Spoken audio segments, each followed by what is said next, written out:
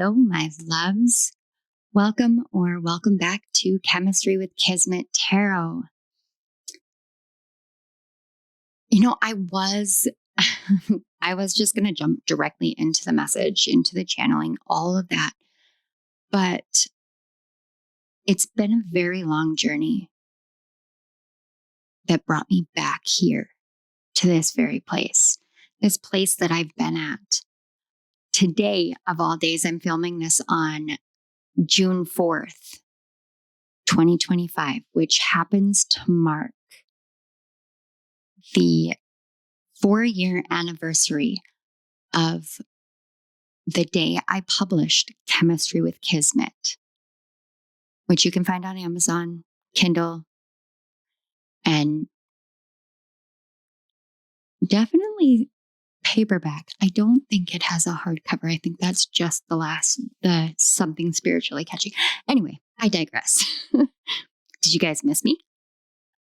So if you're new here, welcome. I am so thrilled that this found you.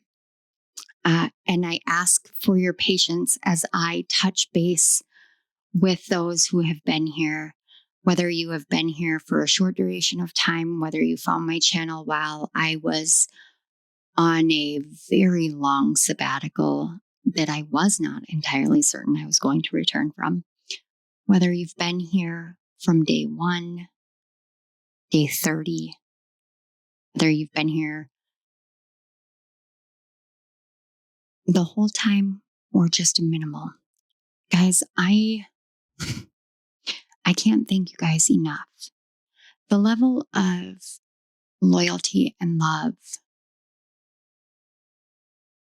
the way that you all have, dropped a line, dropped an email, and helped me as I was going through some of the darkest times in my life to remember that there are people whose lives have been touched by my gifts, by my calling, by this channel, by the words that I speak. You have helped me through more than you realize, more than I can explain.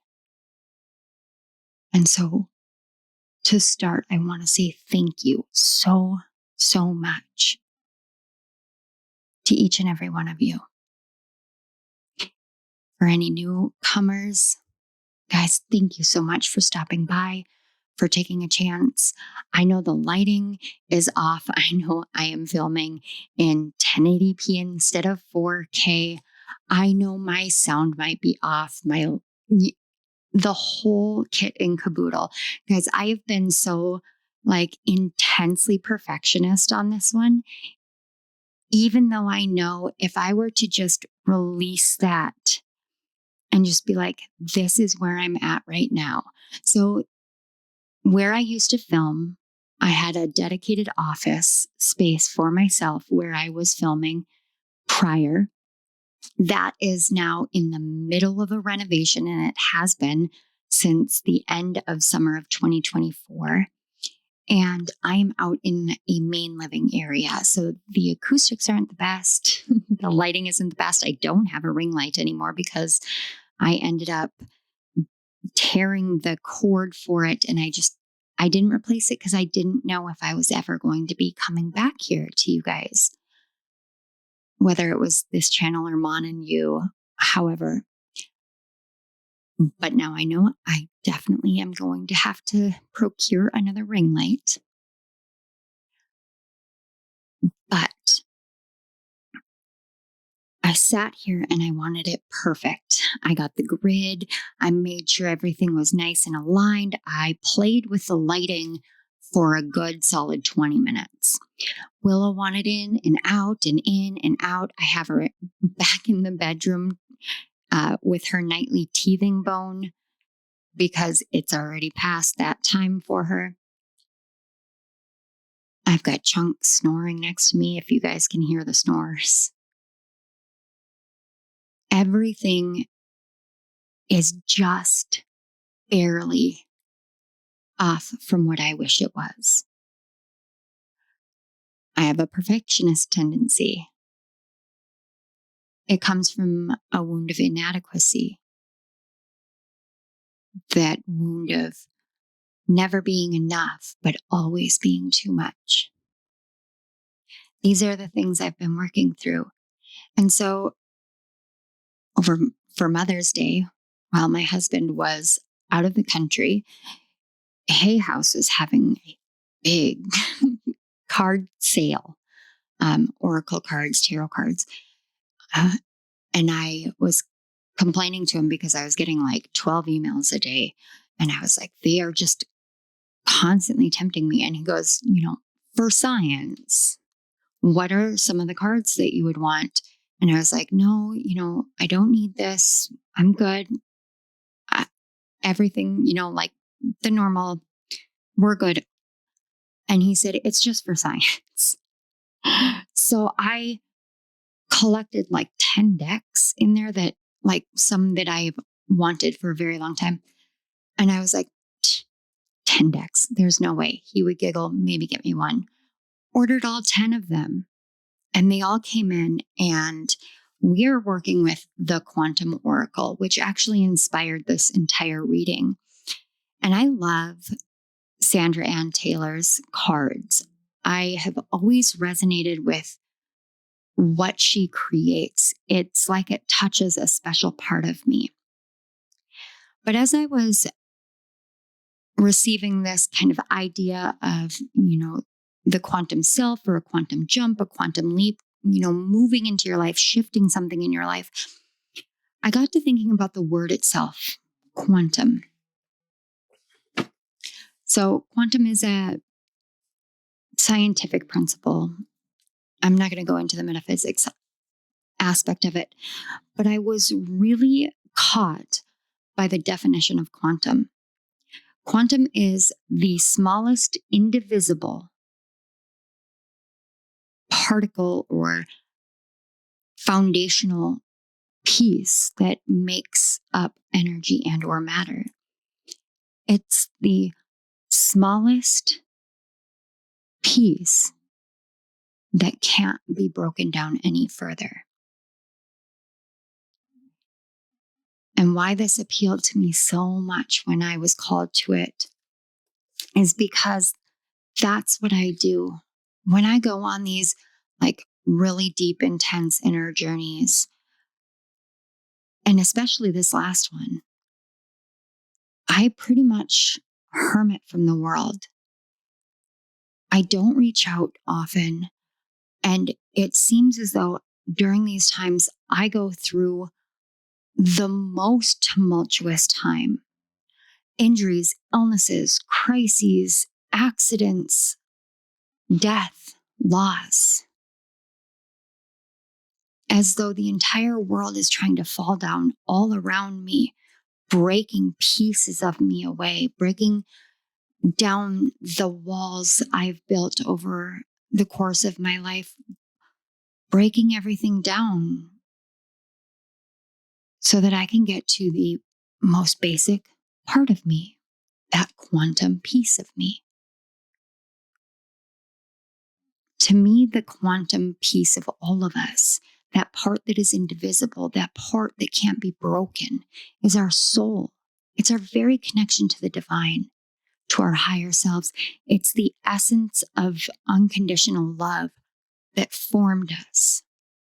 And it's that part that grows and multiplies and takes on different lives, different stories, different personas, different journeys through time and space.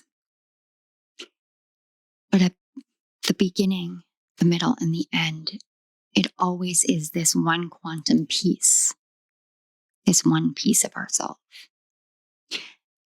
And it cannot be broken.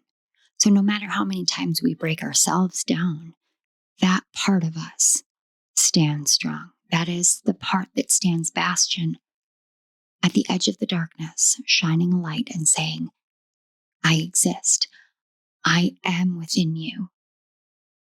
It is this part that we are coming together today to access to understand this part that is here to help us understand where we're at, to help us clarify, to help us have the confidence to take that next purposeful step in our lives, whatever it is that this gives to you. This is intended to be a confirmation of something that you already know, and we're going to go into this together knowing that we may be vulnerable, but we shall never be broken. So,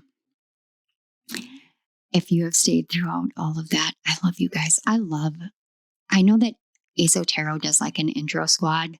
I think I've caught that recently when I, baby stepped my way back into watching a couple of readings. And I love that concept. I love what she does with that because not a lot of people take the time to really listen to this part. But this is my time, I guess, to really connect with you guys as myself before I fully become that vessel and channel for spirit.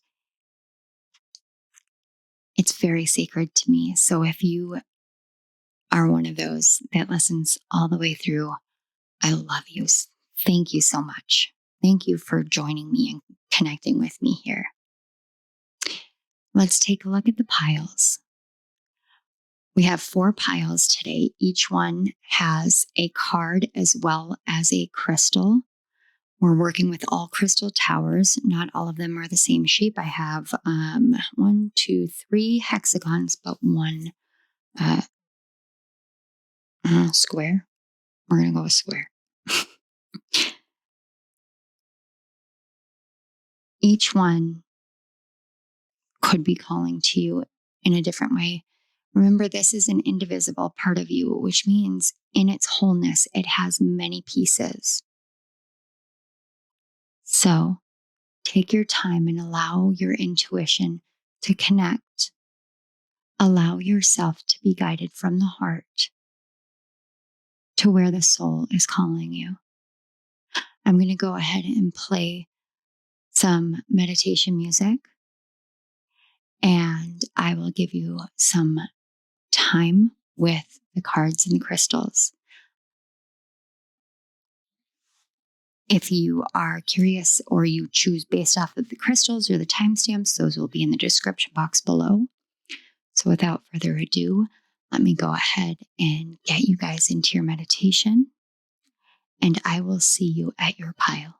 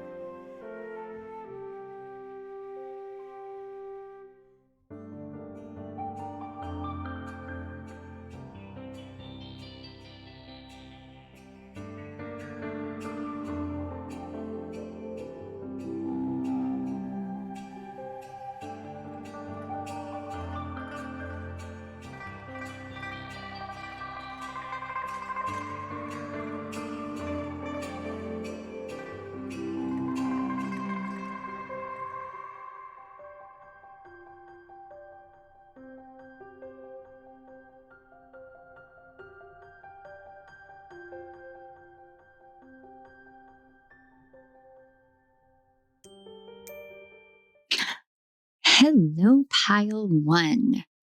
Okay, guys. So if you chose the first pile, the first card, and crystal, this is your message about your quantum self. So we're going to start with a crystal here.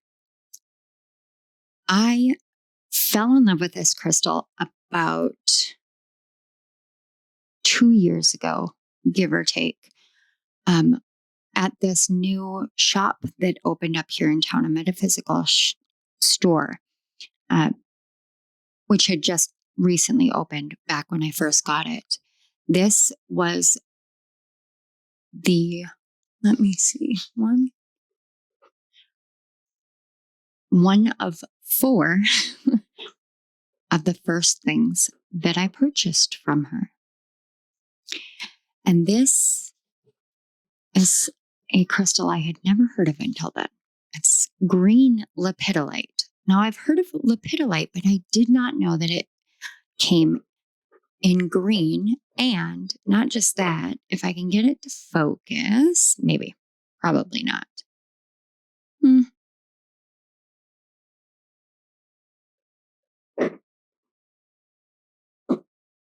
There we go.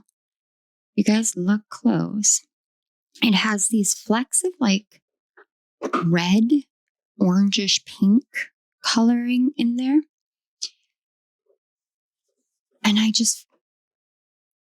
I felt so intensely pulled to this crystal. Green lepidolite. First of all, it's almost kind of an obvious thing. And I say that mostly because I know a lot of you who have been here regularly. We talk about green, we talk about colors and chakras and all of these things. So this does correlate to the heart chakra. And in specific, it's about healing the heart chakra, healing it through compassionate connections.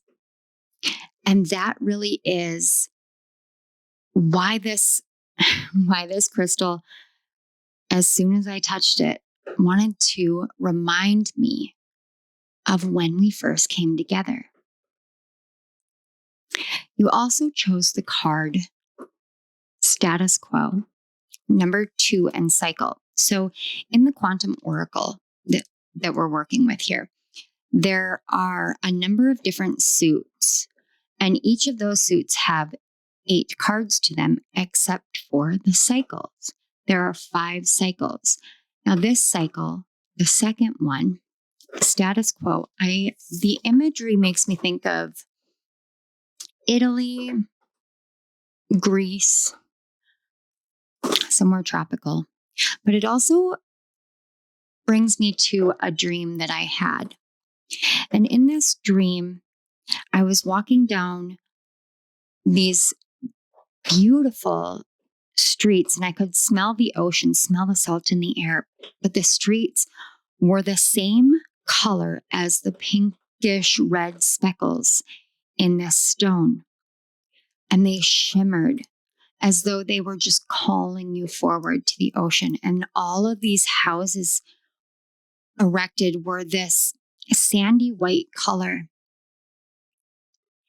And there was this feeling in the air, in that place of calm, of peace, of beauty.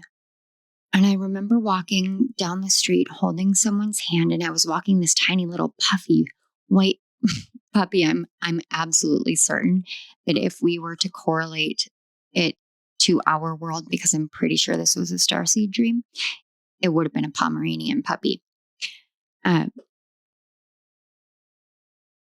But I just remember, I remember more than anything, this feeling of love, this overwhelming feeling of love.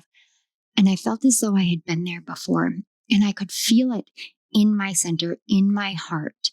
It was tangible, physical, as soon as I woke up. Now, you might be wondering, what does this have to do with status quo? What does this have to do with you and where you're at? I'm just talking about myself, right? Sort of. The shop owner has become a friend of mine. She and I connected when I knew that there was a crystal calling for me, but I was so deep into the darkness that I couldn't hear the one calling quite clear. I just couldn't get there. I couldn't reach it. It couldn't reach me. It was only through opening my heart to a compassionate connection, asking for help, that the crystal that was meant to come to me spoke to her. And it is this beautiful rose quartz. It is almost clear. You can barely see the pink. And it's broken and rebuilt and reformed. And it's got so many different rainbow pieces inside. But what she didn't know when she picked this for me was I was going through a medical issue with my heart. It was last fall, if any of you guys remember. I was having huge issues with my heart. I was very scared. The crystal that was calling to me was one that correlates to the heart chakra. As I am sitting here and sharing these things, this compassionate connection, this very vivid memory of a dream that I had many years ago, like I want to say back in 2021-ish. It's all because I am working with the crystal that you chose. This isn't just about healing your heart chakra through opening it up to the connections, the compassionate connections. It's also about learning how to rest, learning how to pause, learning how to dip into your dream world and allow for those images to be remembered. We might not always want to remember our dreams, but sometimes the things that we think are mundane, we think are just simple, like me just walking down shiny pink streets, walking towards the ocean with a big, well, not big, really little fluffy dog and a man that I loved. It seems so simple. It seems so peaceful, so calm. So why has it stuck in my memory? Because my life isn't always that way. Things persist within our memory for reasons that are up to us to find.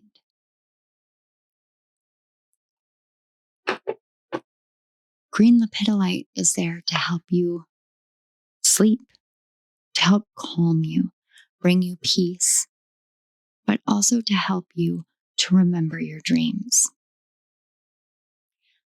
They also, and this is where it connects with the status quo, they also help you with setting goals and achieving those goals, but doing all of those things kind of behind the scenes. This is about more internal, more private achievements.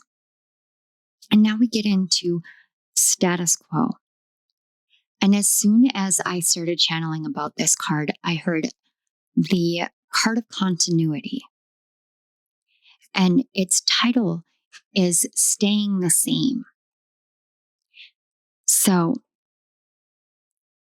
we can get stuck in this constant, everything is the same. And man, boredom comes in, and that's when things get kind of wonky if we allow it.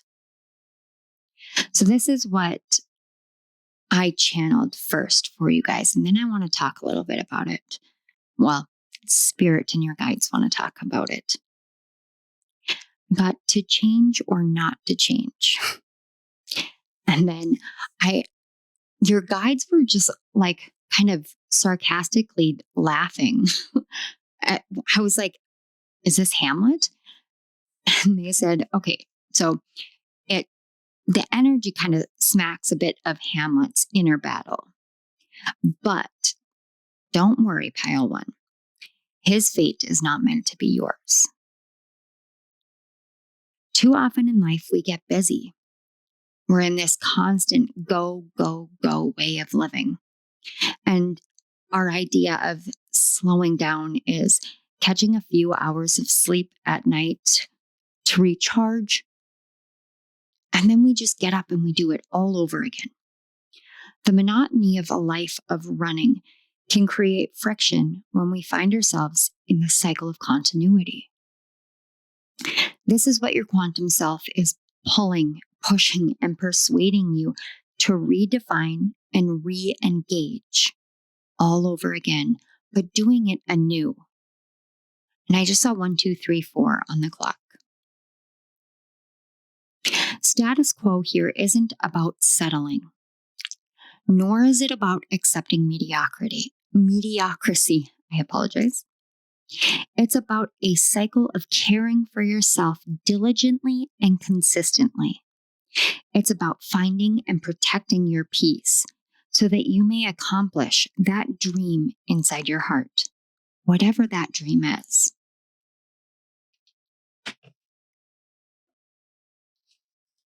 So Hamlet's big quandary was to be or not to be. Ultimately, if you know the play, he chose not to be, so to speak.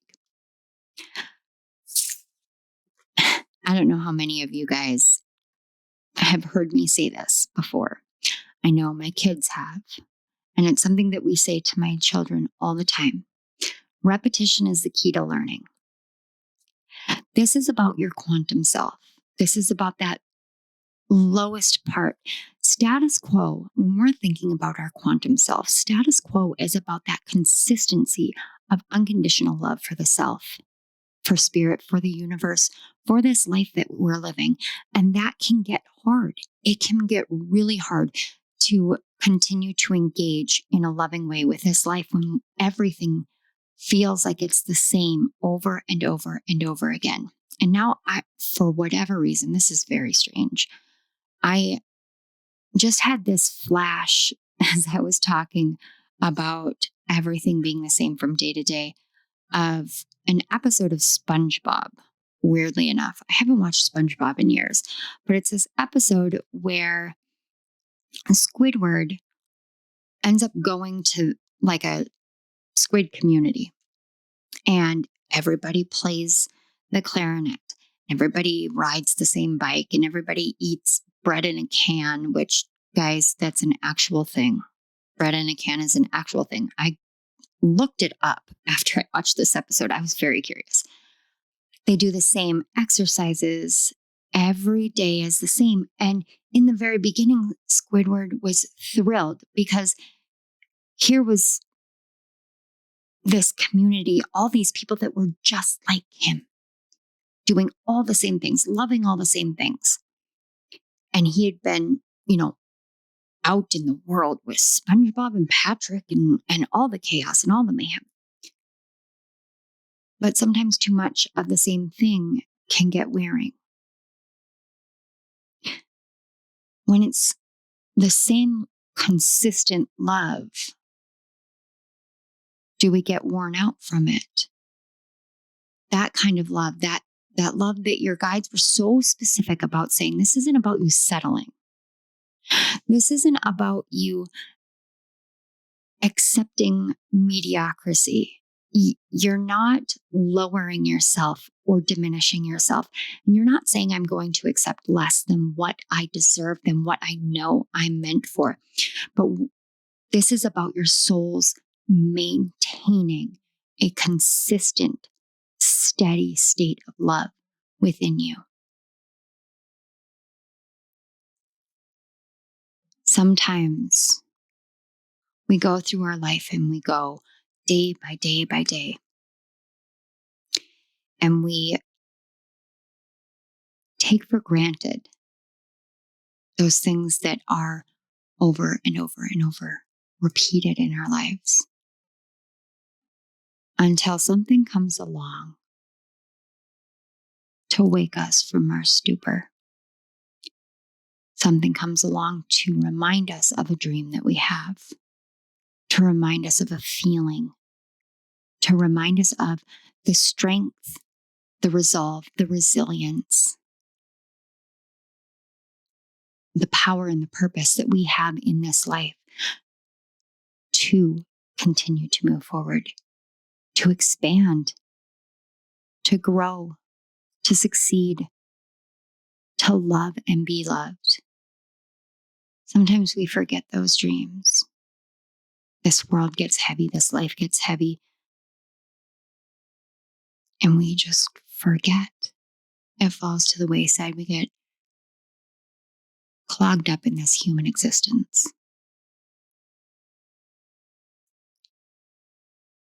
The very essence of your being, the part that can't ever be broken, is asking you to take a moment, take a minute, take a breather. I just heard take a breather already. And let yourself remember.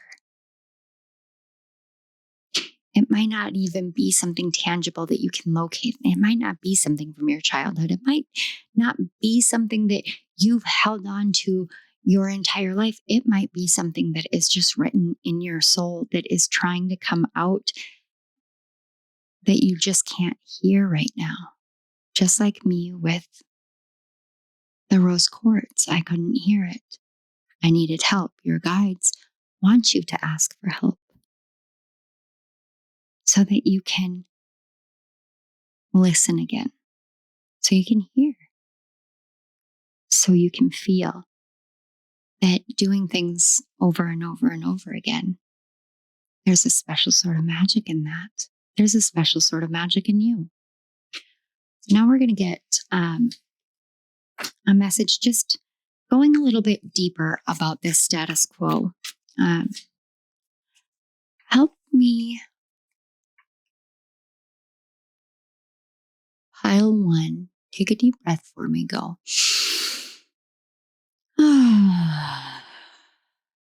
Ooh, there. That. Wow. Just that one moment. Relaxed so much. Open yourself up for whatever deeper information your guides want to give you. What deeper information do the guides for pile one have? Okay. Just heard 3. Oh my goodness. We've got these big chunks, and that one just wanted to be seen. What's the last piece? I'm hearing break me off a piece of that cake cat bar. That's very strange. Okay. Right. I want to keep the back of the deck out here. I love this. First of all, guys, this is why the other 2 wanted to come out first.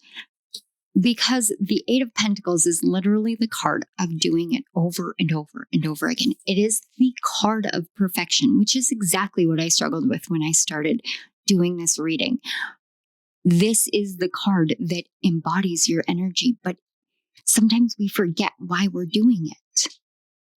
We get to that 8th pentacle and we just keep perfecting it. We keep going over and over the same thing until you can't tell the difference between one to the next.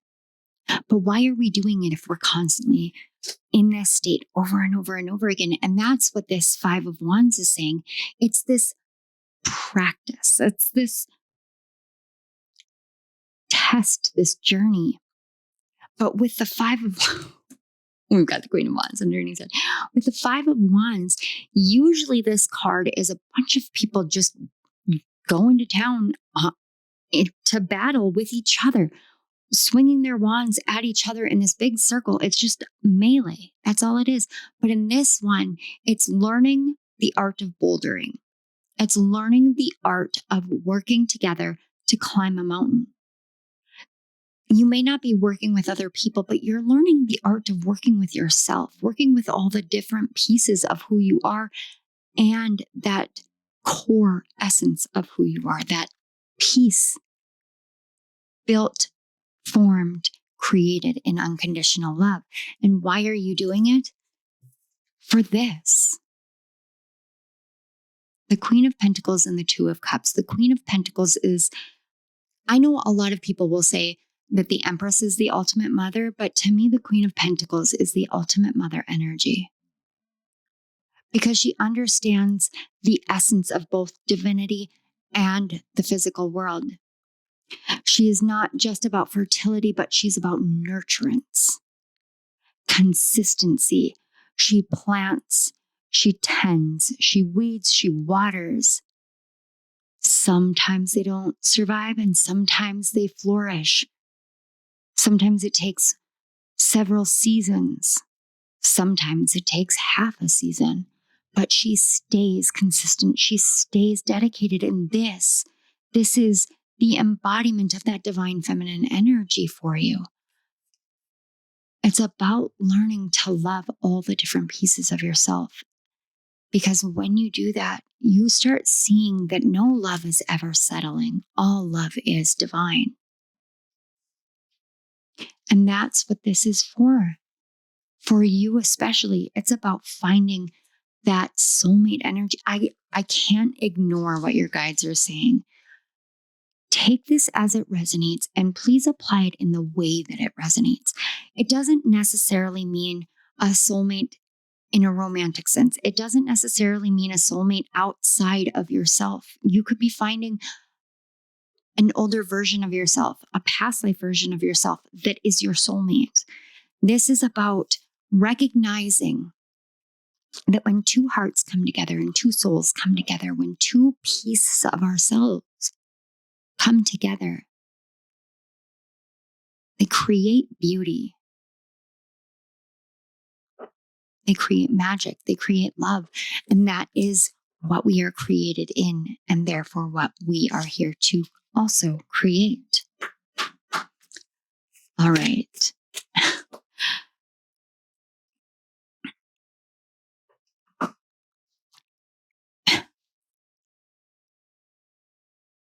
I just heard, and I gotta say, please don't shoot the messenger, because I almost feel like a resistance to any kind of love reading. And guys, I get it, because I'm the same way. I don't tend to do relationship readings, and I don't tend to do or to watch love readings myself, just because I know that there are so many shadows that can play off of that.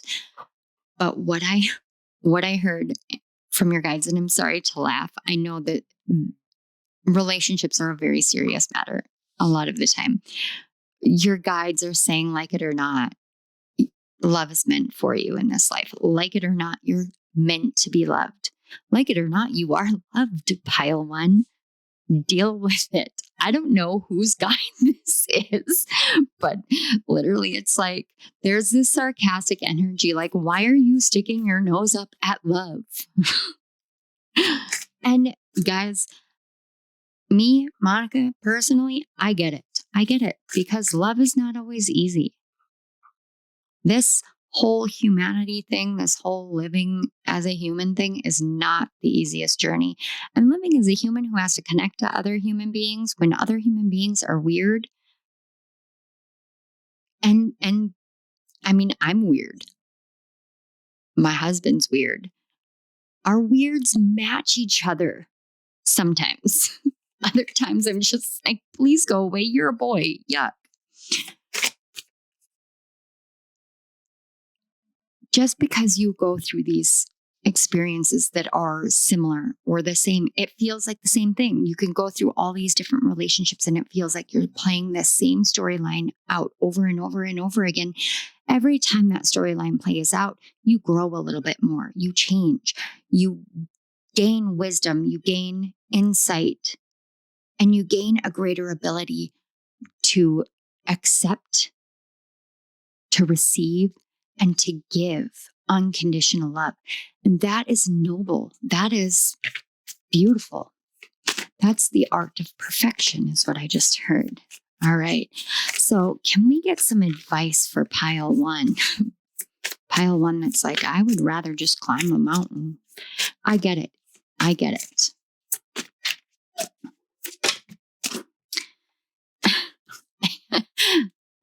Your guides, I just had like a pile fall and they're like, I'll give you a pile of advice. It just depends on what you take. Guys, do you think that they're making a point here? We've got the card 32 with kinship. community and your group. Yes, ma'am. Yes, ma'am. Hello. All right. One more. Oh, I love this. It's got a bunch of bubbles on it. I absolutely love that.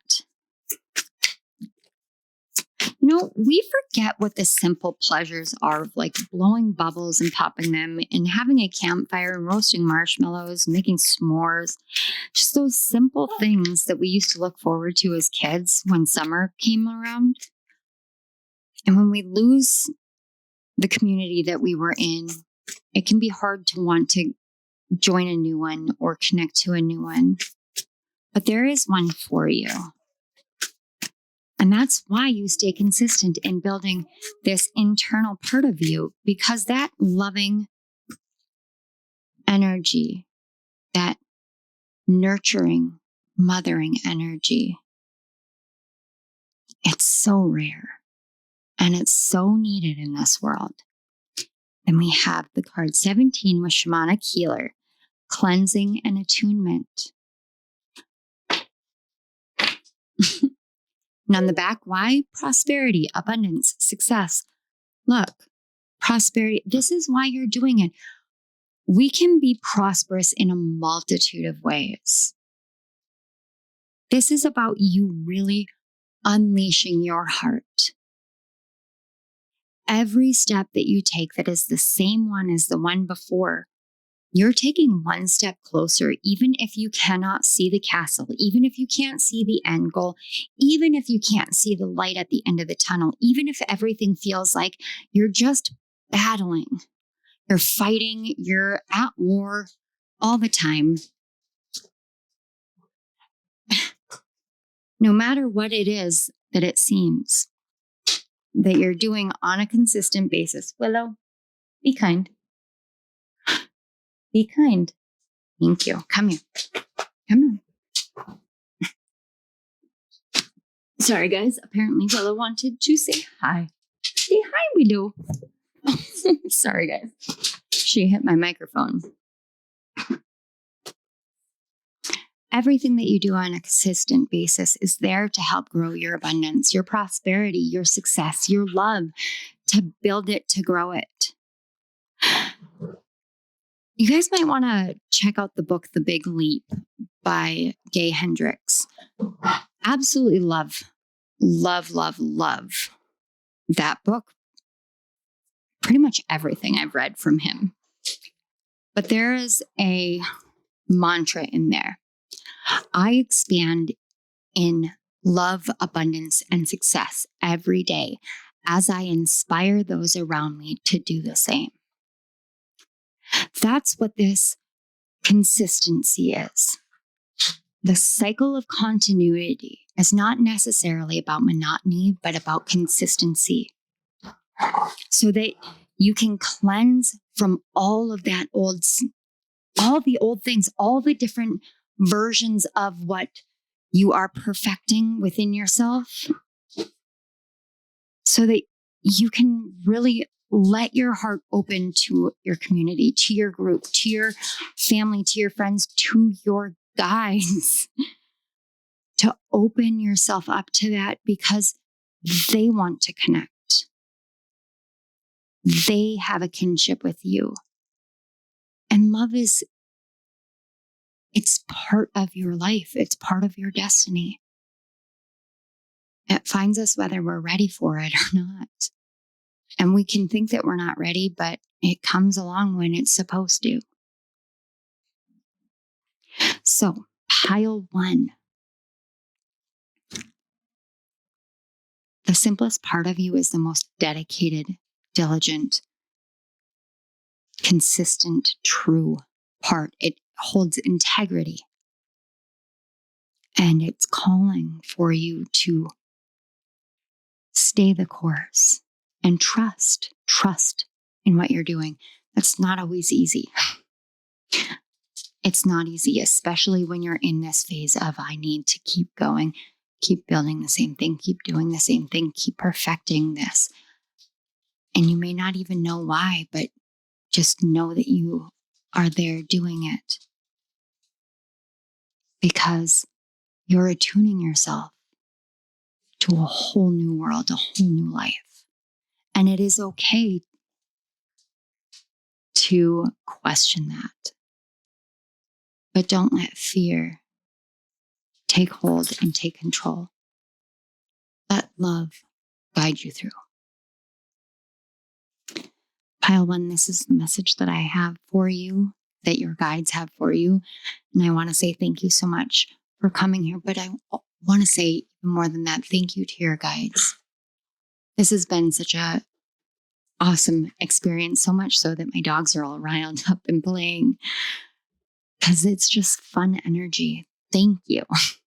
Thank you for helping the magic to flow and the words to come forth. Thank you for allowing me to be the vessel for this message, for the collective of Pile 1. And thank you for the existence of Pile 1 collectively.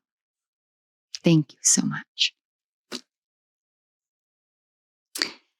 If this resonated and you guys want to do those YouTube-y things, awesome. Thank you. You can like this video, comment on it, share it.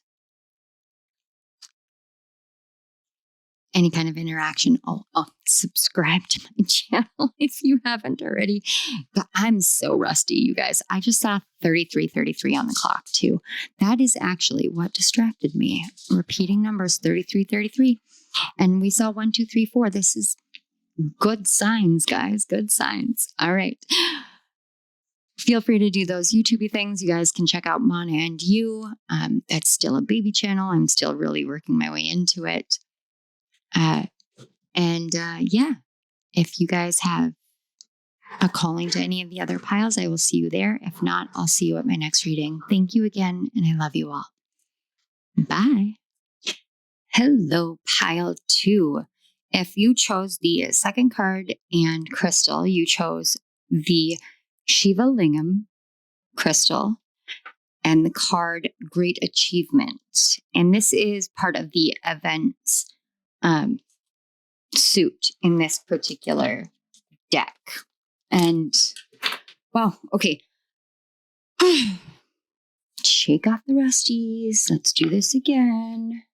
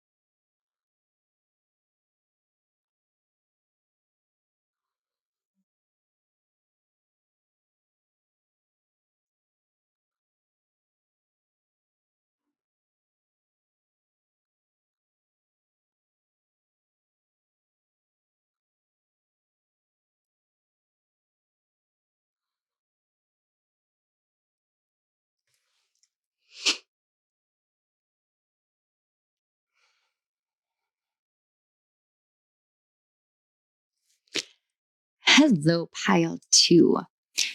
If you chose the second crystalline card, this is the message for you about your quantum self. So the first thing that we're going to start with is the crystal. And I do have a channeled message for you guys. And if you skip the intro, totally get it. I do just want to toss this out there. First of all, sorry about the glare. I'm in a different filming environment and still working out the kinks of the imagery and the lighting and everything like that. But also I'm just feeling kind of rusty today, kind of cobwebby with, my channeling and filming and all of this. It's been a while. And so just coming back to it is a journey in and of itself. And I love that this is how I felt pulled and called to communicate with you guys right away off the bat. I actually started this and then I had to stop and kind of shake off some of those cobwebs because I was really nervous and really in my head about things. And I needed to drop down into my heart. So I took a step back I paused, I took some breaths, I prayed, I set intentions, and I opened myself up a little bit more. And from there, I came back into my center, back to this message. And that is the essence of this energy was Shiva Lingam. So Shiva Lingam is kind of a two-tone stone. And it's found in a riverbed, I believe, in India. And it's quite profound. Usually it is in an oval shape, almost like an egg. But this stone is so clearly one and the other put together. It's not quite like the yin yang, but it is at the same time. It is that beautiful balance between the divine masculine and the divine feminine. And that balance, it's something that we all consistently work our way towards in this journey of life. It's not necessarily something that applies to, balance in terms of like work-life balance or, excuse me, I had to yawn, which means I'm moving quite a bit of energy. That's pretty cool. It's not always like work-life balance or relationships and work and relationships and friendships, and that kind of balance is different. This is about recognizing that we all contain two separate energies that aren't actually separate. They are two parts of a whole, and we're the bridge that makes it whole. We all contain divine masculine and divine feminine energies. The divine feminine is our receptivity. This is the left side or the divine feminine side. And when I say it's receptivity, she sits in the silence, in the darkness, in the mysteries and mystic occult places of the world and within ourselves. She knows every dark shadow that we contain because within them, we were birthed from her. She receives in this space, this blank space, she receives from our higher self, from our guides, from our ancestors, from deities, from the divine, from whatever entity and energy we are seeking to connect to or that are seeking to connect to us. She receives that. And then she takes that beautiful blessing of wisdom, insight, inspiration, and she sends it to our divine masculine side. And our divine masculine side then comes to life and says, oh, I know just what to do with this. And that is where creation of our everyday life comes in. Creation, both big and small. It's this, I'm going to take this tiny little egg and I will make a feast with it. Or I will wait it out and nurture it and keep it warm and I'll hatch it. And from that creature, we will make grand adventures and plans. It's anything and everything of possibility exists within the blessing received, given, and then taken for creation. And this is what we all do every day. And we don't think about it because we don't have to think about it. It's part of the essence of who we are. And because we don't think about it, it's a lot like breathing. We don't think a lot about breathing. See, there I am yawning again. We don't often think about breathing like I need to breathe in and out until you come to a point where breath work comes into your life for whatever reason, or until you are in a panic and can't catch your breath, or you are like me, a recovering smoker, and you realize, wow, I can breathe so much better once I quit my addiction that was limiting my lung capacity. All of these different things that we do, we don't think about. We don't give a lot of thought into breathing because it is a natural action that our body takes for our life. The divine feminine receives, she gifts to the divine masculine creates, and it flows together perpetually in this beautiful balance. And I'm literally seeing a lemniscat of energy between the two. And when we become aware that we contain this energy, this innate essence and ability and capability, that's when we can really elevate it to the next level. And then we get into this great achievement, this really big moment on our journey where we say, oh my gosh, I contain so much within me and I can make it anything I want. I can make myself anything I want. I can create anything I want because I have this blessing of creativity that I was born with that comes naturally. And that's a very, very beautiful thing. Wow. Okay. So this is the message that I got. After all the work you've done on yourself, for yourself, and by yourself, now is when you step into reaping. Oh my goodness, guys. I literally took like an hour nap before I sat down to film this, and I am still yawning. But I also know that on a spiritual level, when someone is channeling and they're yawning a lot, or they sneeze a lot, or they're burping, or anything like that, that is the body's way of really transmuting a lot of energy. So what I am working through in your energy is quite profound. So I do want to throw that out there. Let's start again. After all the work you've done on yourself, for yourself, and by yourself, now is when you step into reaping the cornucopia of blessings. Sometimes when our lives are going so well, yet so many around us seem to be struggling, we may feel ashamed to show our blessings. Pile 2. Do not shy away from shining brightly, for all you have and are has been earned through your laborious blood, sweat, and tears. You earned this, and shining brightly honors your journey thus far and serves as inspiration to others in harmony.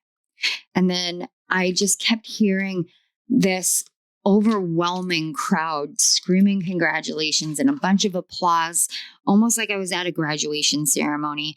And you could just hear the families just cheering and shouting as though you have really elevated yourself. And I'm here to tell you, Pile 2, that when you go through this journey, when you elect in a lifetime on a soul level to go through it, to really face the darkness that we contain within ourselves as human beings, but the darkness that this world also holds and harbors, and that people utilize to harm one another and to, I want to say the word extort for whatever reason. I don't know if some of you have been through something where extortion has come in. If you have, please take that as a confirmation here. If you haven't, please don't try to apply it to something in your life. If it is not confirmatory, please don't try to apply it. But when you are in one of these lifetimes and every step you take feels like you're sludging your way through quicksand, wearing a wet weighted blanket, while the world and gravity increasingly pressurizes on top of you, pushing you further and further down. And yet you keep going. You keep taking those steps forward. You keep being that dedicated because if you have to face all of this heaviness and this darkness and this struggle, that there is the exact opposite. And if you just keep going and trusting your heart and your soul to guide you, to lead you where you are going, even if you don't know where ultimately you'll end up. You're operating out of the universal law of polarity. For everything that exists, so too does its opposite. Just like the divine feminine and the divine masculine, for all the hardship and all the struggle and all the pain and all the anguish that exists, that we endure, that we engage in, that we navigate our way through, there also exists the opposite. There exists beauty and light and wondrous magic. There exists prosperity and abundance, success and achievement and love and purpose. There exists all of the things in which we have walked our way through the shadow of, in that shadow form. So for those of you who are here at Pile 2, you are a very unique kind of soul. You are a very beautiful kind of soul because you know within the darkness that so many people fall, falter, and remain evermore in that place because they can't get themselves out. They can't get beyond it. You know how hard it is to move beyond that. And I want to share this with you. I hope that this message finds those who find resonance with it so that you know that you're not alone, because it can be a little discombobulating to experience this for the first time. But I am one of those souls that is on a very hard journey this life. And I just recently lost my best friend, my best guy friend. He was like a little brother to me. He was part of my soul family, and he was literally part of my family in a past life. And we found each other again in this life. And he had to walk this life shining such a beautiful light, yet carrying so much darkness inside of him. And he didn't know how to get out of the darkness.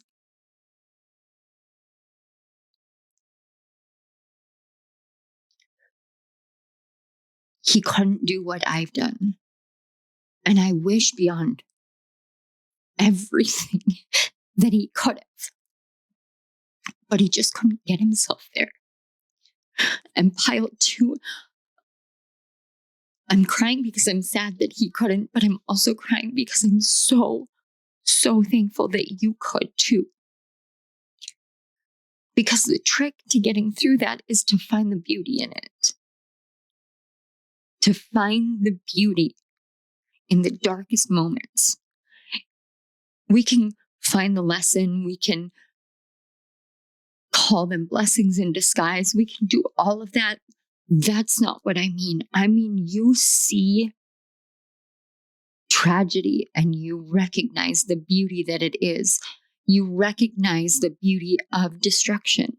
And it can be confusing. Even when you recognize that, it can be so confusing to feel that and see that. And I understand that because I'm the same way. And not everybody is able to get out of that darkness. Not everybody is able to see that beauty. So when you do move through that in that way, and you do come to this place where you finally understand, I'm creating my existence, I'm creating my reality, and I can do with it whatever I want. When you get to that point, that's when this whole world starts turning for the better.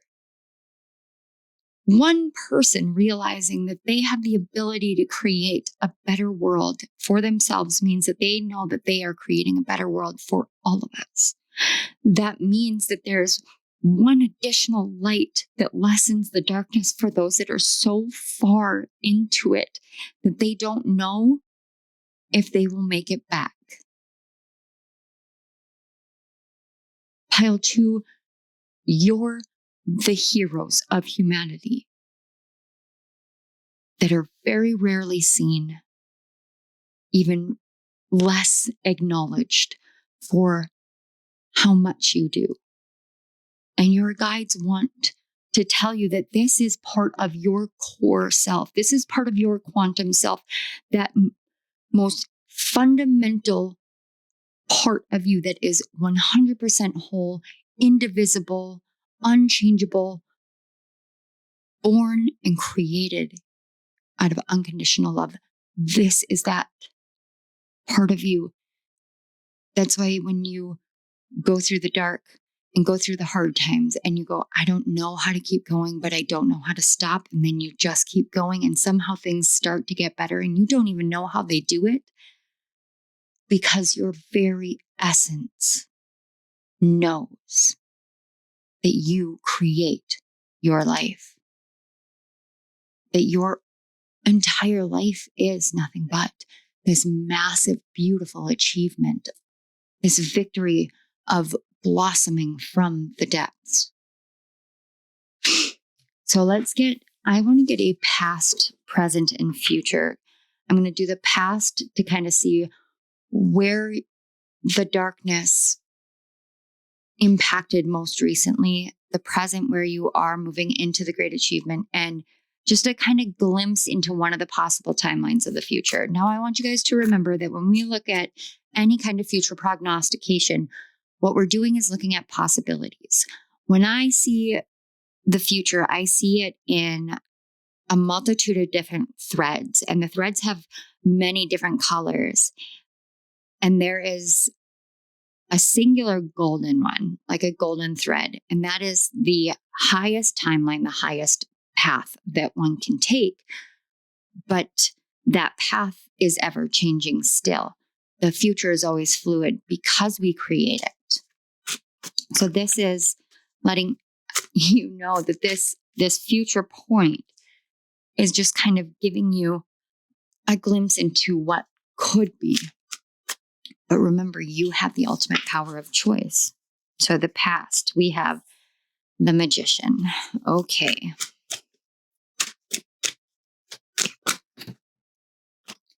And present.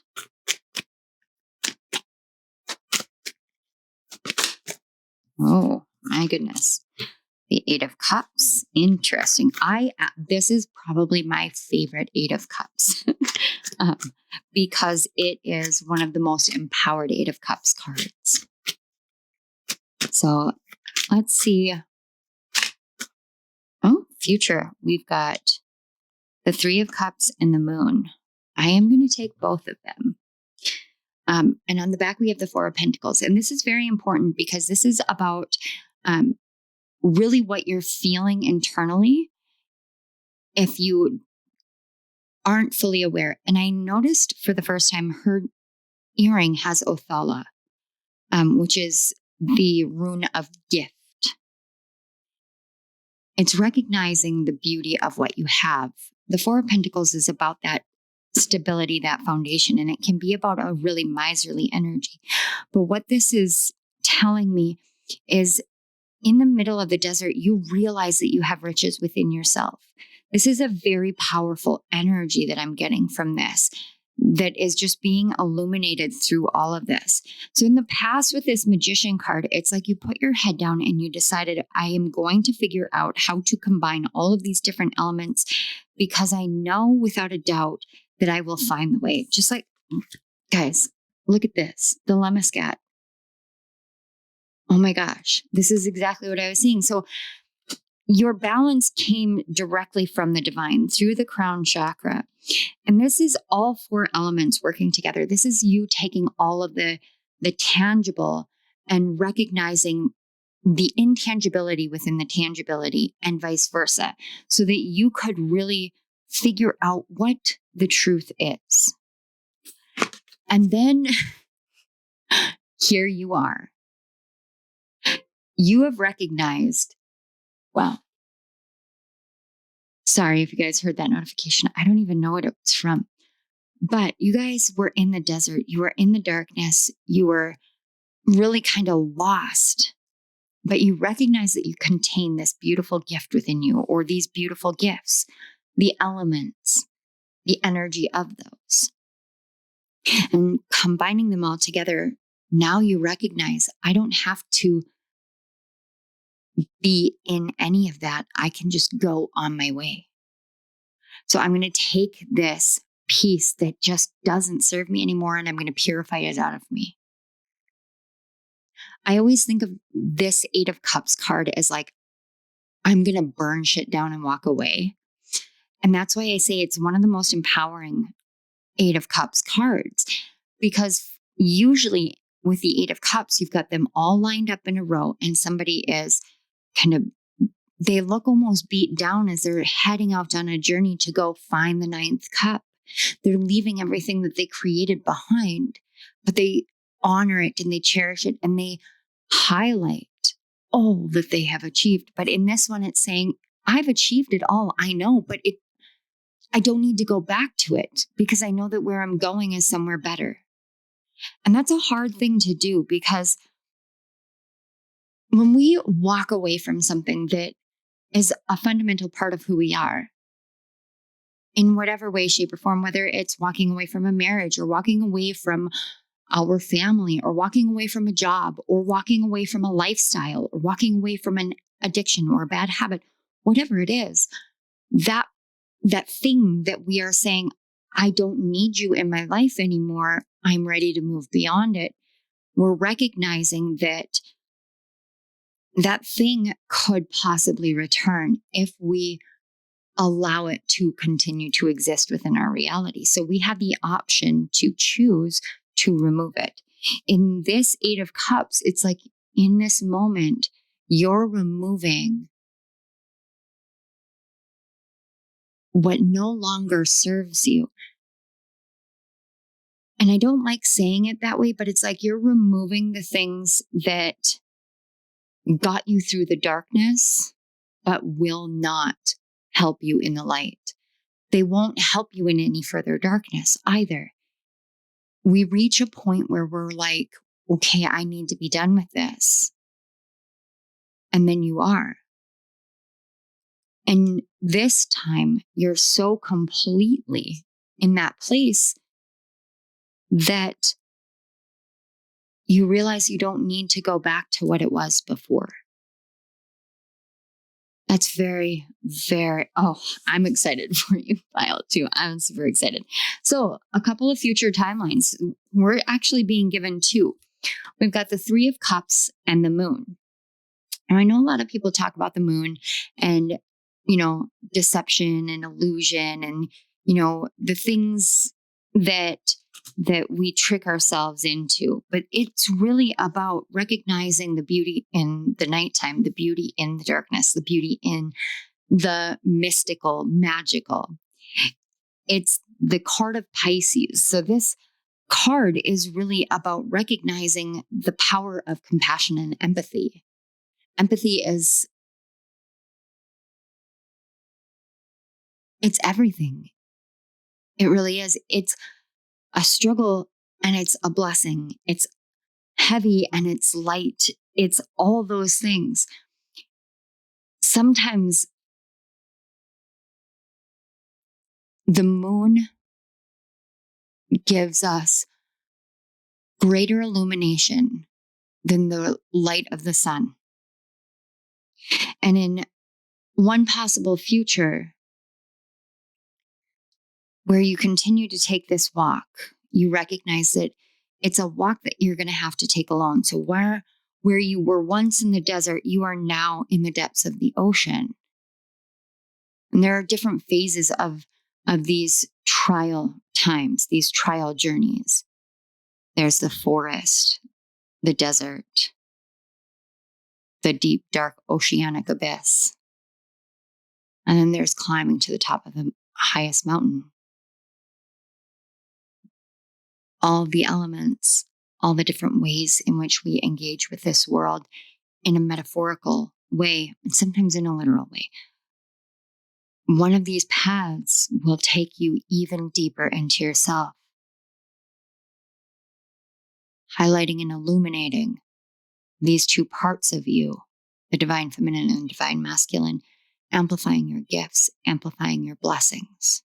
That's one possible way that you could go. Is it going to be easy? Probably not. Is it going to be hard? Maybe, maybe not.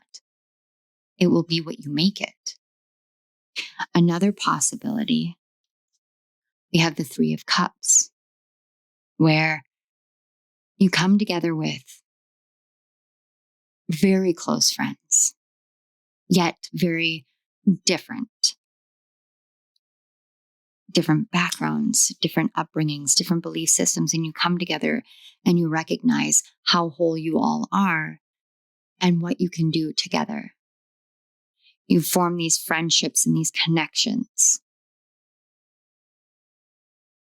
You don't feel alone. That is another possible path. So I want to get, oh, I love this. We've got many choices and uncertainty on the back of the deck. We're just going to grab some advice from your guides now. Just some advice for pile 2 moving forward.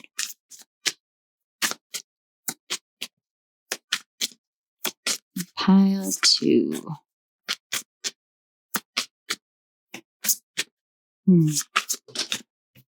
That's a bit too many. Can we get just a couple? 1 or 2, please. Okay.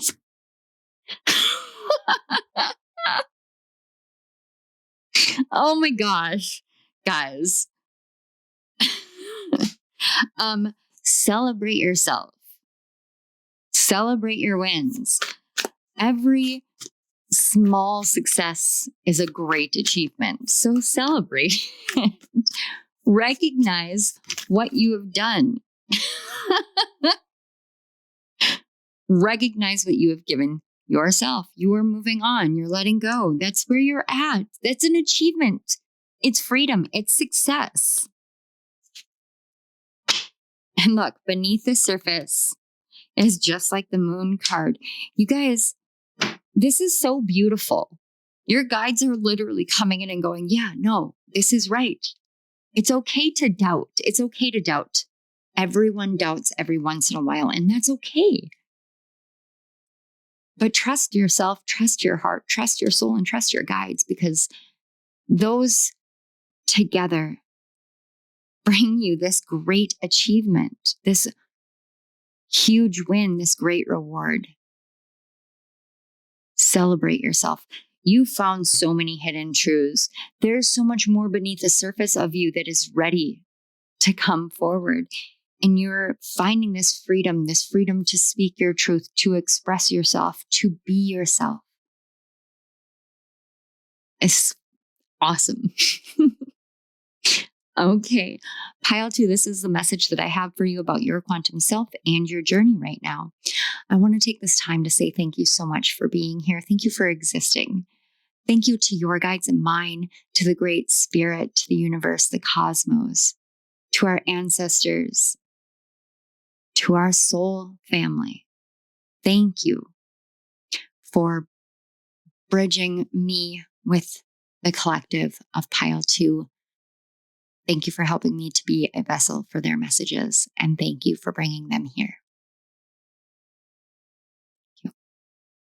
All right, pile 2, if this resonated and you guys want to support my channel, awesome.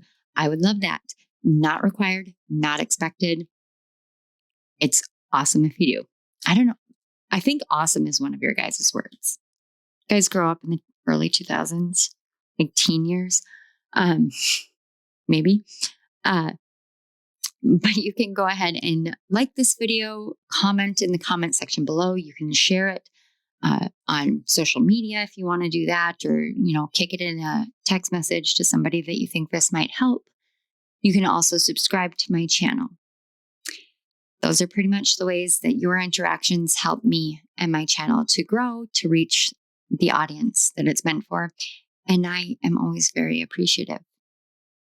If you are just stopping by, thank you.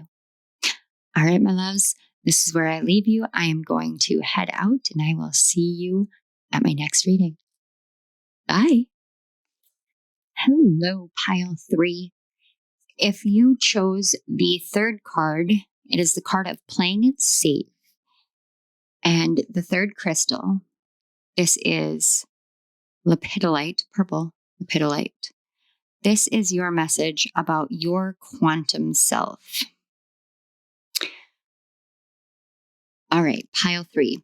So for all the piles, I sat down with the energies, with the crystal, with the card, and I opened myself up to channel messages. 3 out of the 4 piles, I had written messages. Yours is the only one I didn't. The lepidolite stone has many different names. It's called the peace stone, the grandmother stone, but it's also called the stone of transition. And this is the core energy that I picked up with your pile, is a stone of transition, a time of transition, a time of soul stability, a time of reparenting yourself, time of seeing the cracks, the chips, scars, the wounds, and rather than running from them, accepting them, allowing them to be, just simply to be.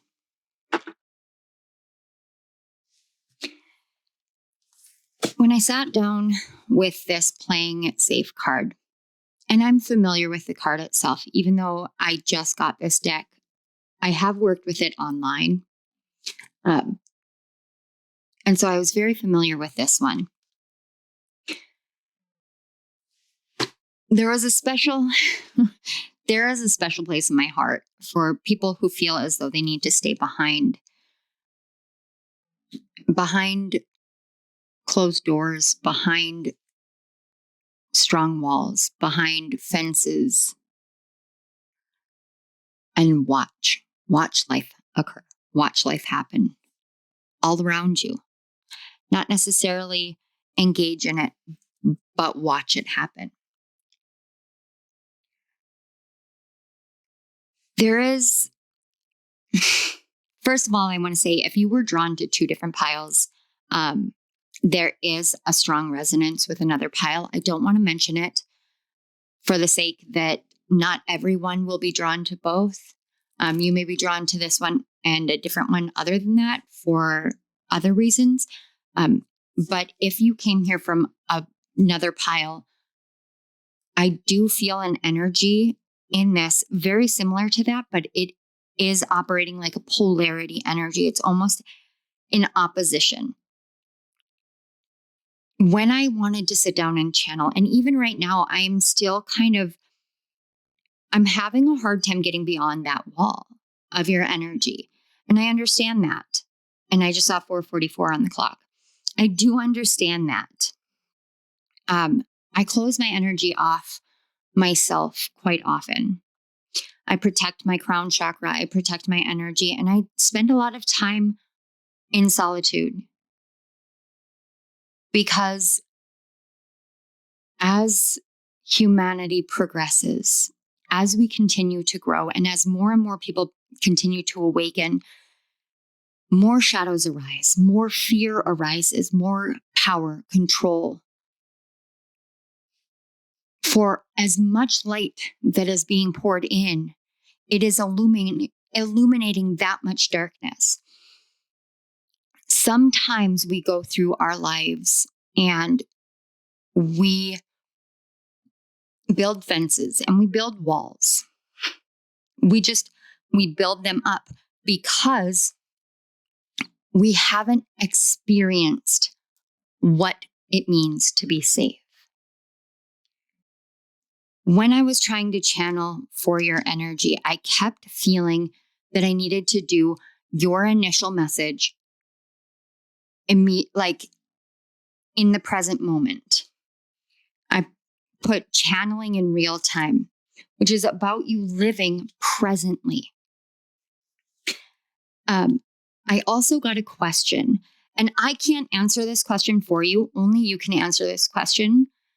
What is your intuition telling you? Now, I'm going to share something.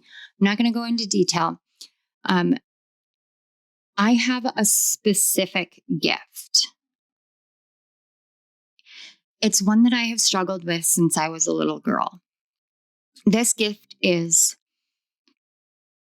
I am attuned and a receiver of omens, signs, and messages about future deaths of loved ones. And it's not just family members, it's friends. Sometimes it's very non-specific. Sometimes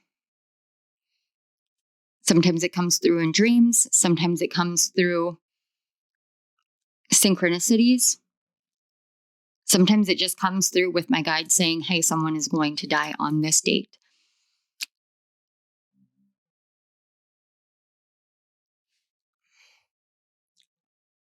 It's not an easy thing. So having a question like, what is your intuition telling you? When you have a gift like that, it can be a huge struggle.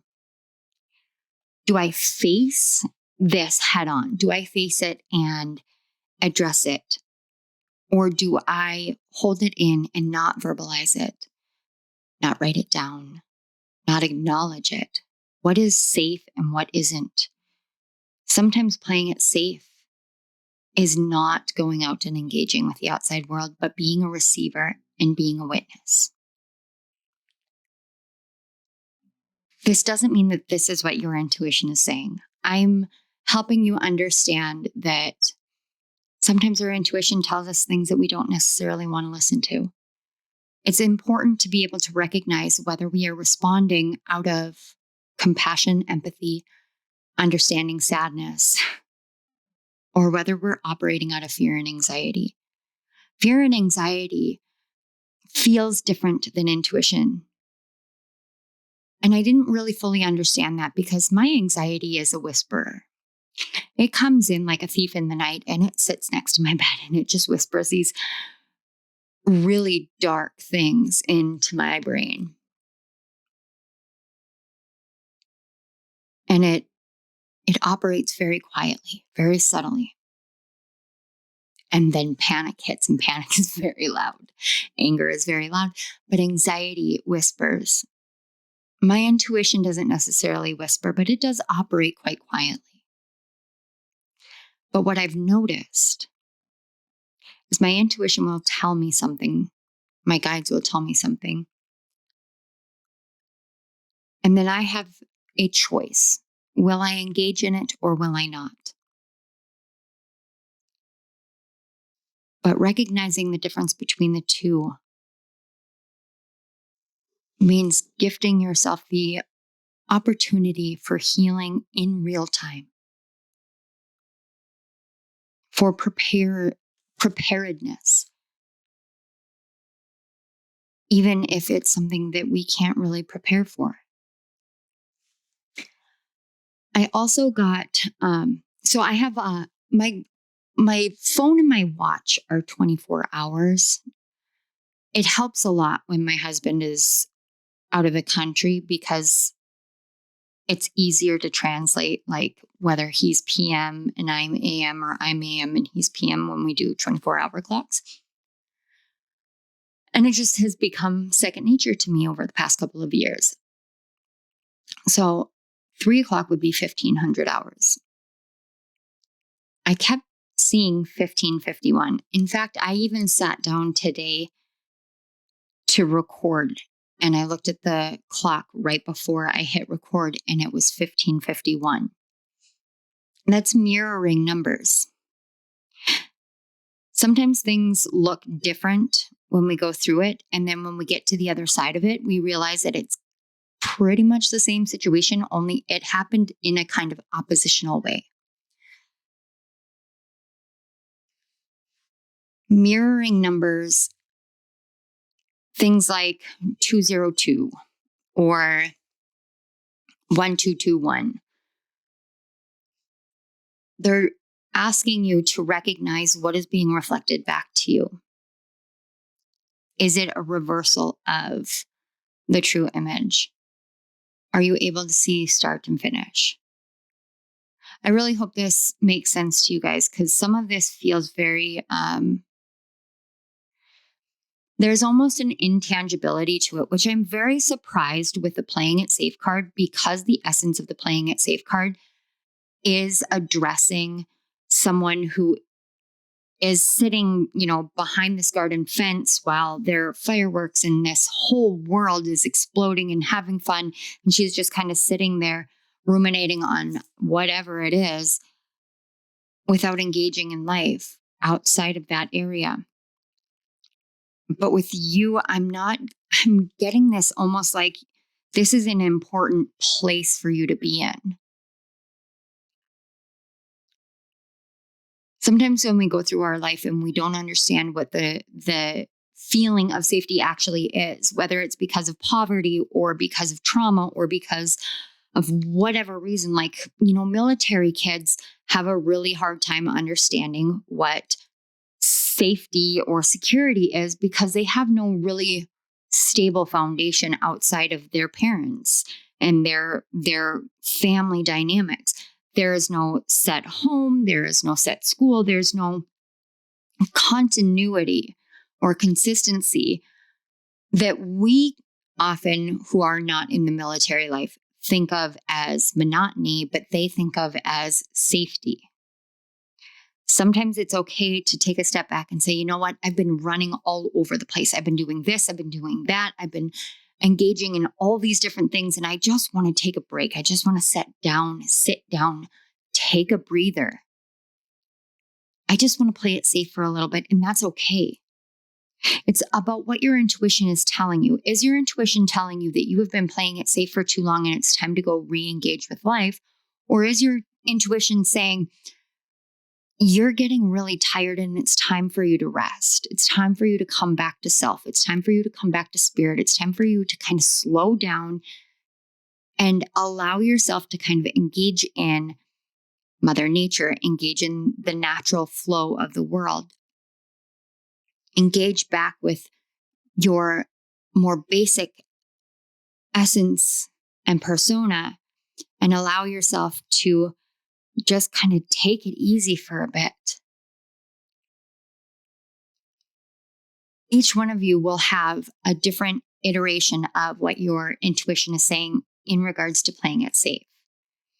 Sit down. My personal suggestion, and I'm going to step in and do a personal suggestion before I go back to channeling. My personal suggestion would be to sit down with your intuition and have it talk to you.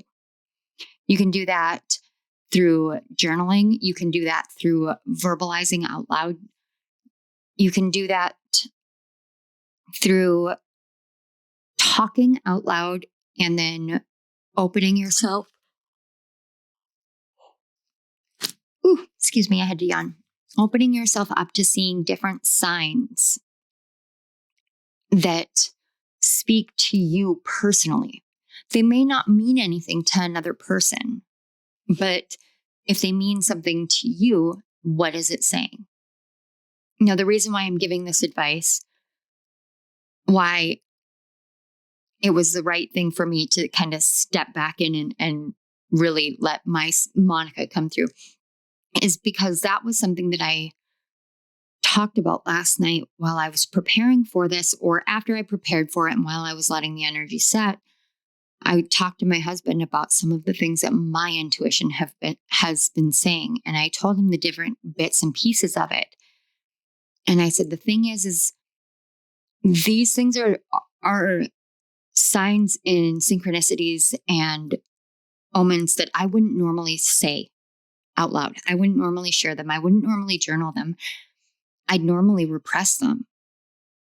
But I don't want to keep repressing these things. I want to face them, accept it as part of who I am, and learn how to work with it to help others, as well as helping myself. But a lot of the things that I'm seeing as signs and synchronicities, other people wouldn't really think about. Like, my stepson and my husband play Magic the Gathering. And my stepson had a new pack of cards that he had just opened, and it had a gremlin creature card. And I looked at it, and based off of some of the signs and messages I had been receiving, they were tied to my childhood very strongly. And I looked at it and I was like, is that a gremlin? And got confirmation. When I was a kid, I had a dog that literally looked like a gremlin. So I named the dog Gizmo. And it was a significant situation because that spoke to another synchronicity regarding a lot of what was going on with all the signs and symbols.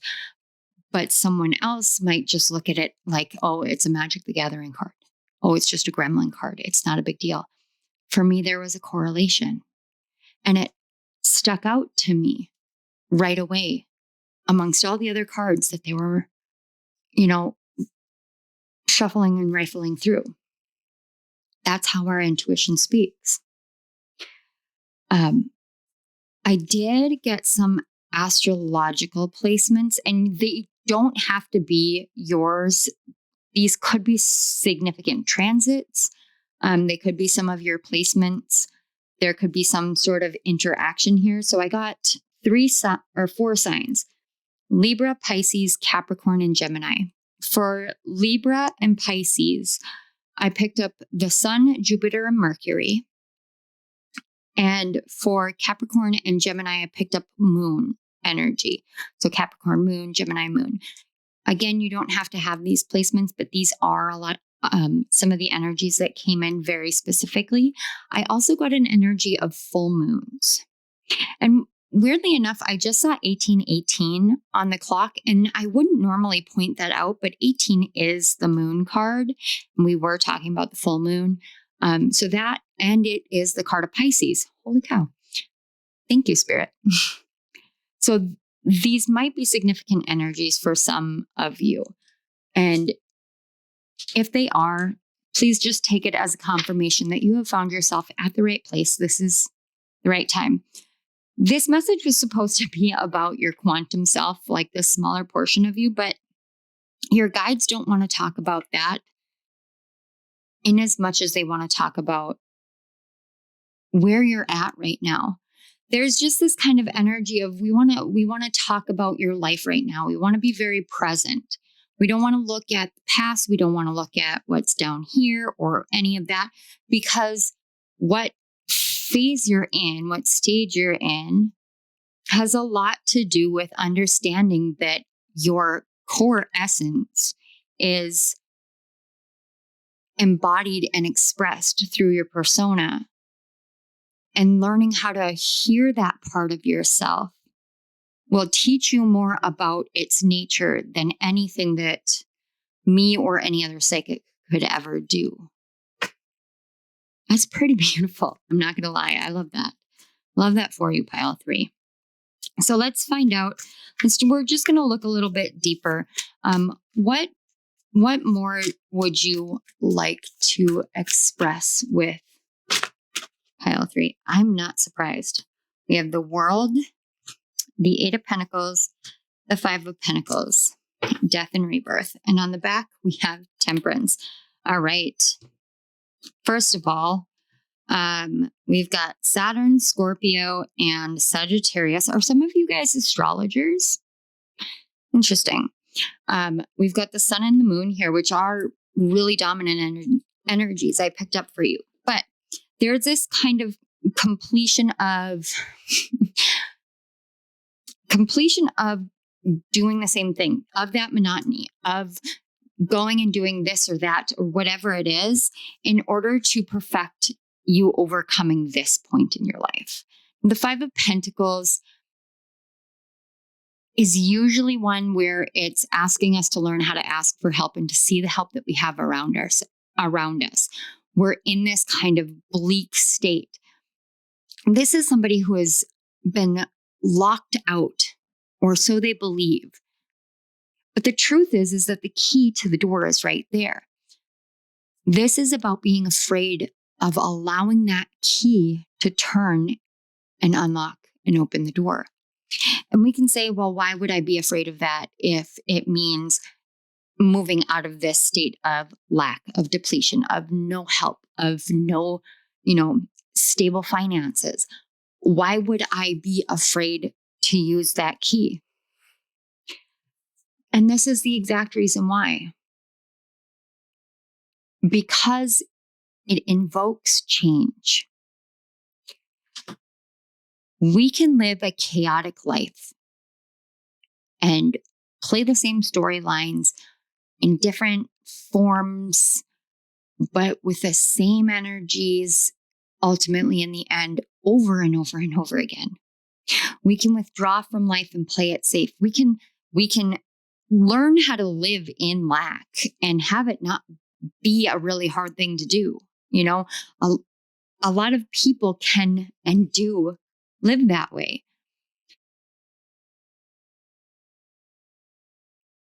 Because opening oneself up and accepting change can be scary. Because you don't know what is coming. That's the nature of change. It is uncharted territory. Now, turning the key in that lock and opening that door is a supernova fire burst of change in your life. It initiates a death and rebirth cycle. But this is the core energy that is trying to come through, that's hidden and repressed down into the shadows, the temperance energy. This is about divine healing. This is about angelic presence within oneself, one's own divinity coming forth.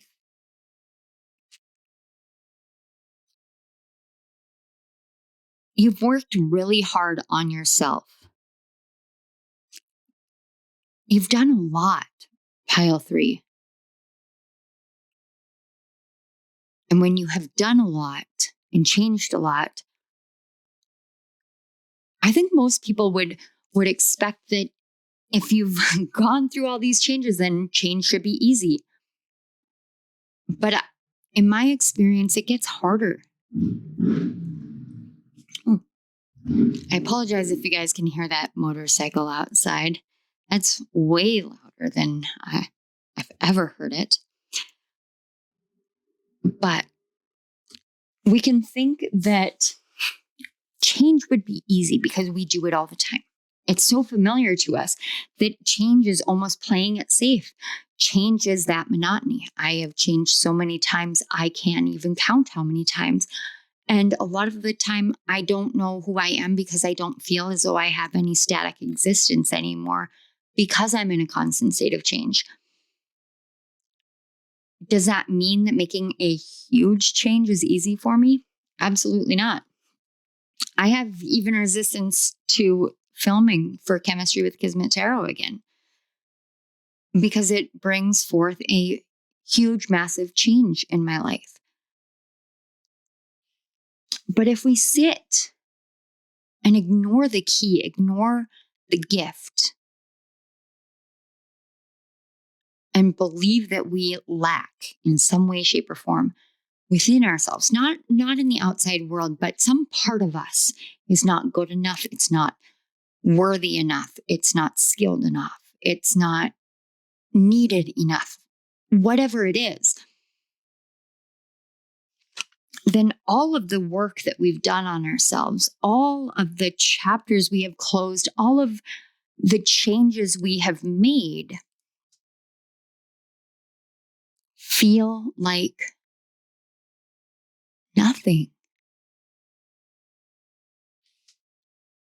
I've asked myself time and time again, why can't I just, and then fill in the blank? Why can't I just write another book? Why can't I just engage with this? Why can't I just access my gifts fully?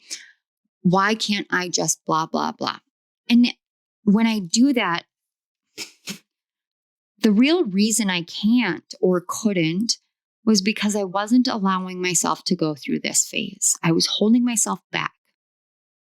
In this exact present moment, what is ready to fall away? What is ready to be birthed anew from you? What is it that you're afraid to change? Are you afraid to slow down, or are you afraid to start life up again?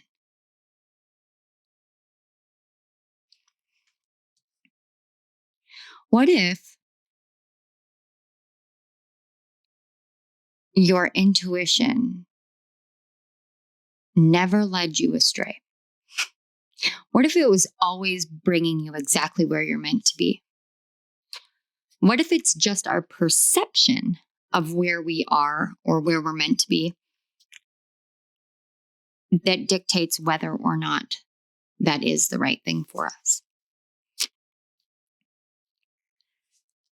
I get this sense that your intuition wants really like internal, there's this part of you that it comprises your intuition and it wants you to sit down and engage. It reminds me a lot of how I engage with my shadow, where I will just sit down and be like, okay, I have a specific deck that I use, the Darkwood Tarot, and I say, what does my shadow want to talk to me about today?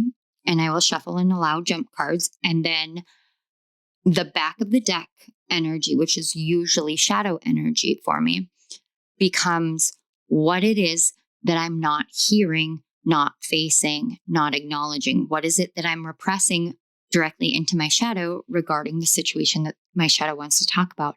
It's incredible how much self-awareness and understanding you can gain just by sitting down and allowing yourself to just talk to yourself. In modern society, we paint people as crazy for doing that, but that's not what it is. It doesn't make you crazy. It makes you dedicated to your path, dedicated to healing. That's important. So, what advice do we have? It's advice for moving into this death and rebirth. We have wisdom of the Magi with mental clarity. I feel like your guides are just like, this is what you want. These are the tools we're offering you. It's offering you that key. You have to take it. You have to unlock the door. Talking to yourself in whatever way, shape, or form you choose to do it, it's intended to bring you mental clarity so that you can move forward with wisdom, with understanding, with compassion and grace for yourself on this journey. We can hold it for other people very easily, but holding it for ourselves is a whole other ballpark.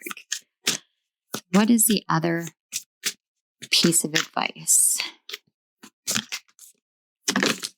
All right. Sensitivity and strength, tapping the forces within right here. This is why.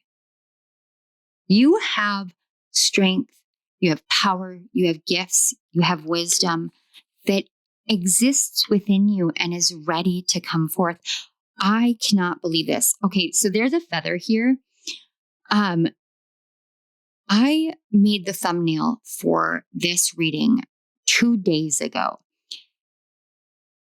And I just felt so strongly like I needed to have a feather in the background of the thumbnail picture, like right behind where the words are. No joke, you guys.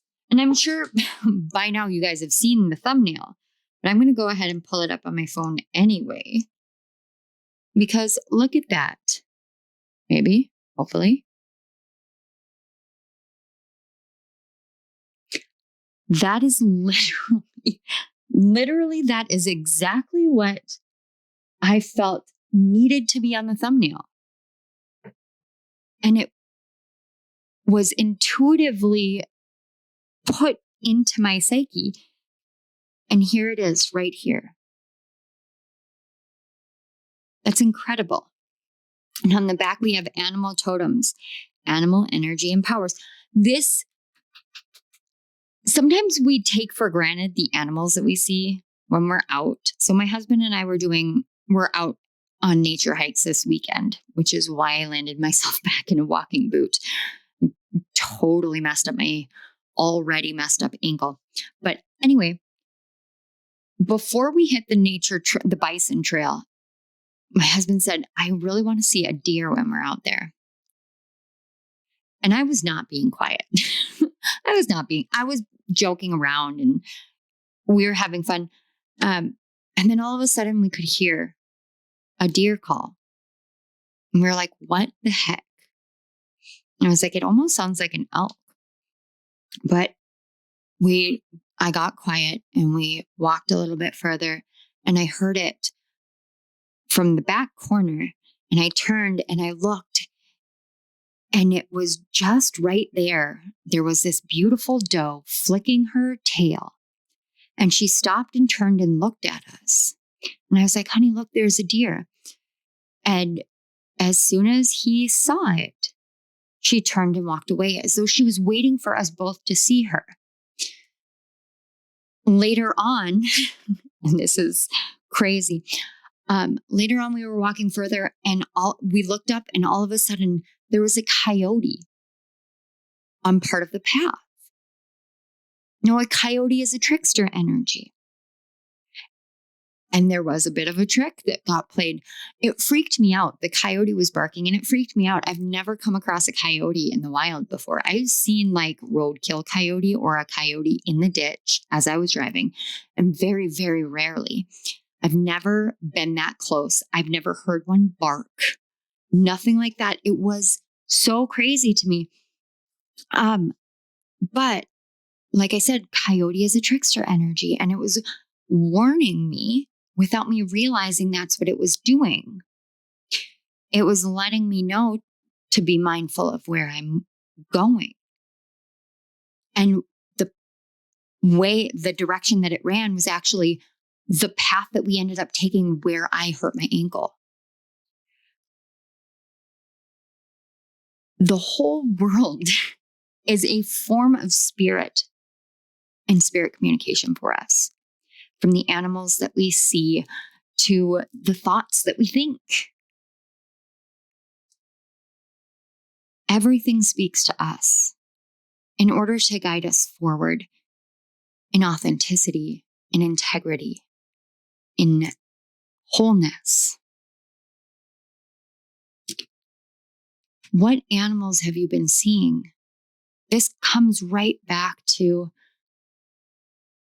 communicating with yourself for that mental clarity.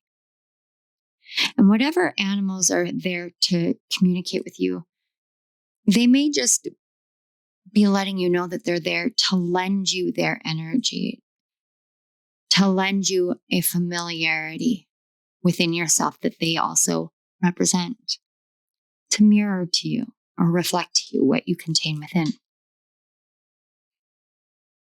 Pile 3. Wow. Okay. I love when the readings take like a totally different turn because it's so genuine. It's so authentic. And I love it. And I've missed this so much. I can't even tell you. Thank you guys so much for being here. Thank you. I want to say thank you so much to your guides, to my guides, to the Great Spirit, to the cosmos, to our ancestors, to the souls and higher selves and the collective in totality of pile 3. Thank you for all of the different parts that orchestrated bringing them to this reading whenever they come to it. Thank you for allowing me to channel these messages, to bring them forth, to connect, and to help bring confirmation and clarity. It's been an honor. Thank you so much. Pile 3, if this resonated and you would like to support my channel, I think that would be super awesome. It would be great. I would really appreciate it. Not expected. Absolutely not. Wow. You don't have to. You're not obligated to do it. My brain just shut off.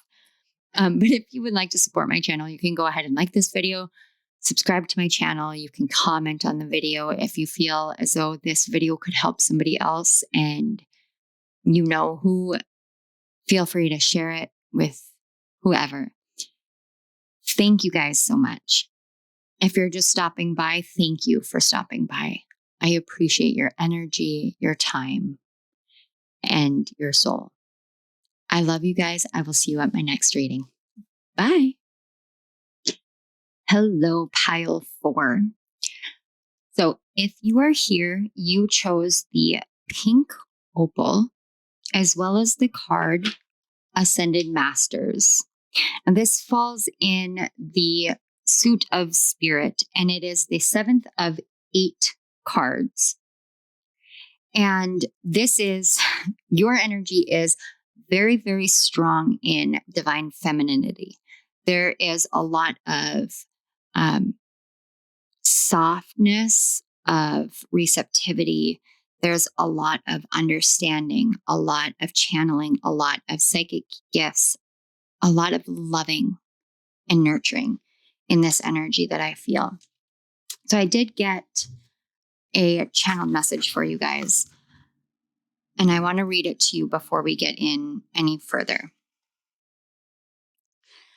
There are stories in all things, times, places, and faces. Even the angels and ascended masters have a great many stories. Is any one story greater than another? Is any one story more important or less important than another? Pile 4. Your story is one of your making, your choosing, your narration. You can be the protagonist or the antagonist, the love interest or the one overlooked by love, the student or the master. It is all up to you and your golden soul quill. And I did see very specifically someone writing with a quill in a life book in the Akashic Records for that. Your free will to tell your story firsthand is up to you. It's also up to you if you choose to copy the story which others told or tell you about yourself, or tell others about who you are. Now, this card, Ascended Masters, represents 4 of the Ascended Masters, even though there are many more. And I did get this energy of you might want to look up some of the Ascended Masters, because there may be some that you don't expect that are trying to connect to you. So we have Buddha and Jesus and Hilarion and Saint Germain. And then I got this message. Buddha laughs. This is well known. And so too does he cry. Jesus had powerful faith, but he also had crippling doubt. Hilarion's book knowledge was vast, as was his psychic gifts. We connect through empathy, which is the bridge of understanding between souls, hearts, and beings. Pile 4. There's this spiritual theory out there that many of the Ascended Masters are in physical form, reincarnated through spiritual people who have awakened spiritually. The validity of that depends on your belief system and what you know in your connection.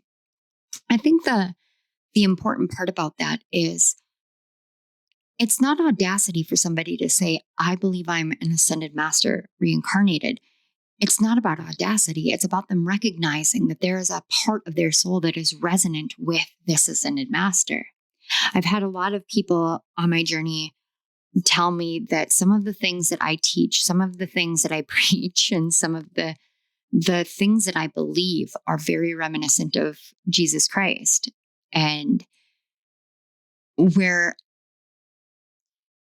I believe in reincarnation, but I don't believe that I am Jesus reincarnated. I believe that we all have the capability of having the consciousness of the Ascended Masters. If they had not walked this earth and carried that consciousness with them, there would be no foundational premise for the collective unconscious to be able to understand that we can achieve that level of enlightenment and still be a part of this world and still help others in this world, stand for something and die for something, live for our truth and shine that into the world. Take that forward with us instead of negating it or sacrificing it or forsaking it for the sake of fitting in with whatever storyline someone else tells.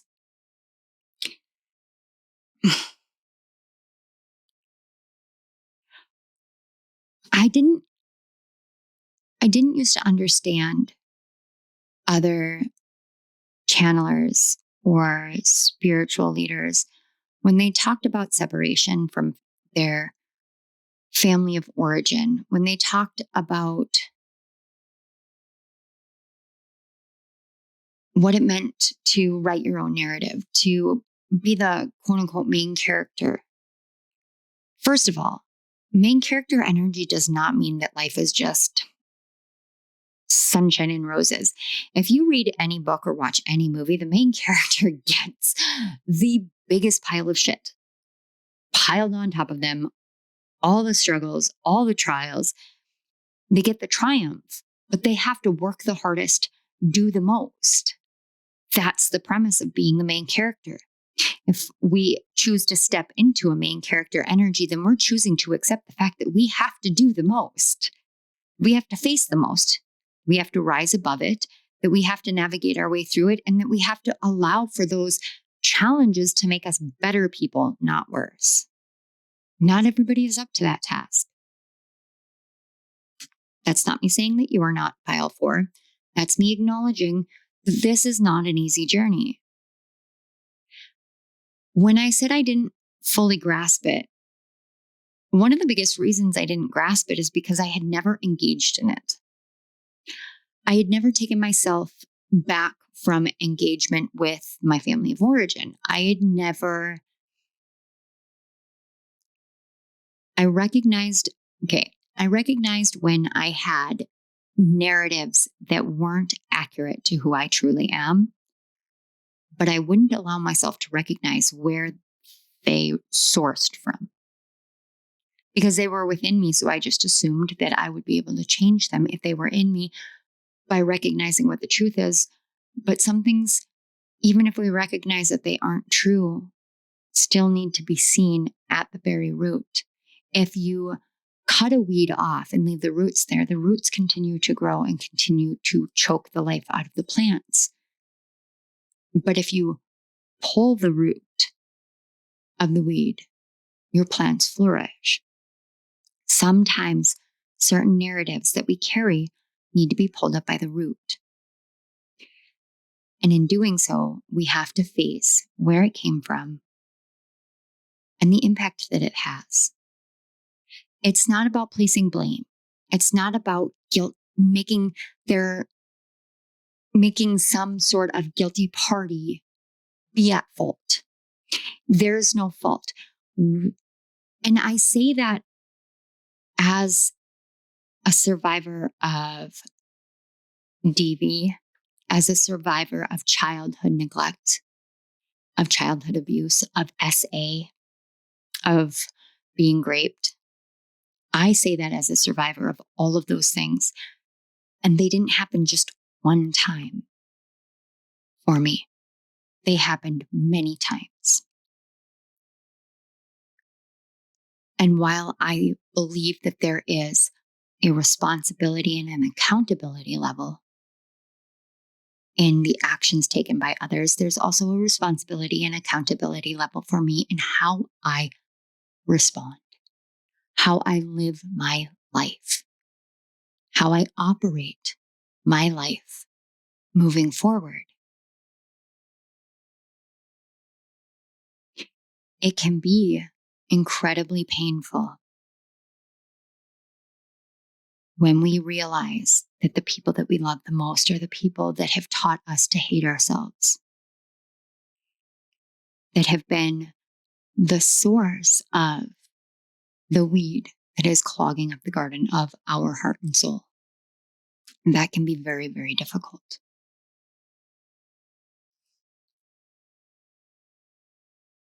Not even the ascended masters had things easy.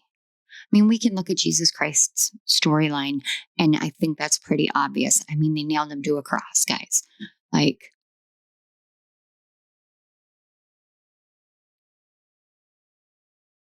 but I don't believe that any of them would have changed the paths that they took and the experiences that they had, even Jesus. So the question is would you? Would you change your experiences and your path to lessen the struggle, to lessen the pain, to lessen the anguish, to lessen all of it so that you don't have to continue to navigate through? Would you take an easier path? Now, the funny thing is I actually joke with my husband about that all the time. I'm like, in our next lifetime, we are reincarnating and we are going to be super rich and we're going to live on an island and we're not going to be dealing with any of this stuff. We're just going to live our happy little lives all by ourselves. Like, okay, and those moments are important. Those moments are really important. Buddha laughs. If we don't laugh at certain things of this journey, we get bogged down. Part of unconditional love involves unconditionally loving ourselves. Unconditionally loving ourselves and being on a spiritual journey is to acknowledge, hey, this is not easy. This was not an easy path that my soul chose, and I am the one that's enduring it. My soul, yeah, it's along for the ride, but it's me as Monica in my situation, or you as who you are, that is undergoing all of this stress and strain. You're going through it. It's not easy. This life is not easy. This human being thing is not easy. And especially in the modern world, a world where so many resources are so abundant. Just this, Palo Santo. It's readily available. You can just order it online, ethically sourced, all of that. And you can have access to that. Whereas if you incarnated during a time where we didn't have the internet and we didn't have online ordering, you wouldn't have access to that. You would have to find something else, or you would have to go to where you can access that in order to get it and bring it back. And then you would have to be very mindful of when you use it and how much you use it, because there's only a limited amount of it. But that doesn't mean that this life in this modern world is easy, especially for an old soul, especially for a soul that resonates with the souls of ascended masters. You understand the nature of struggle, but this world doesn't make sense.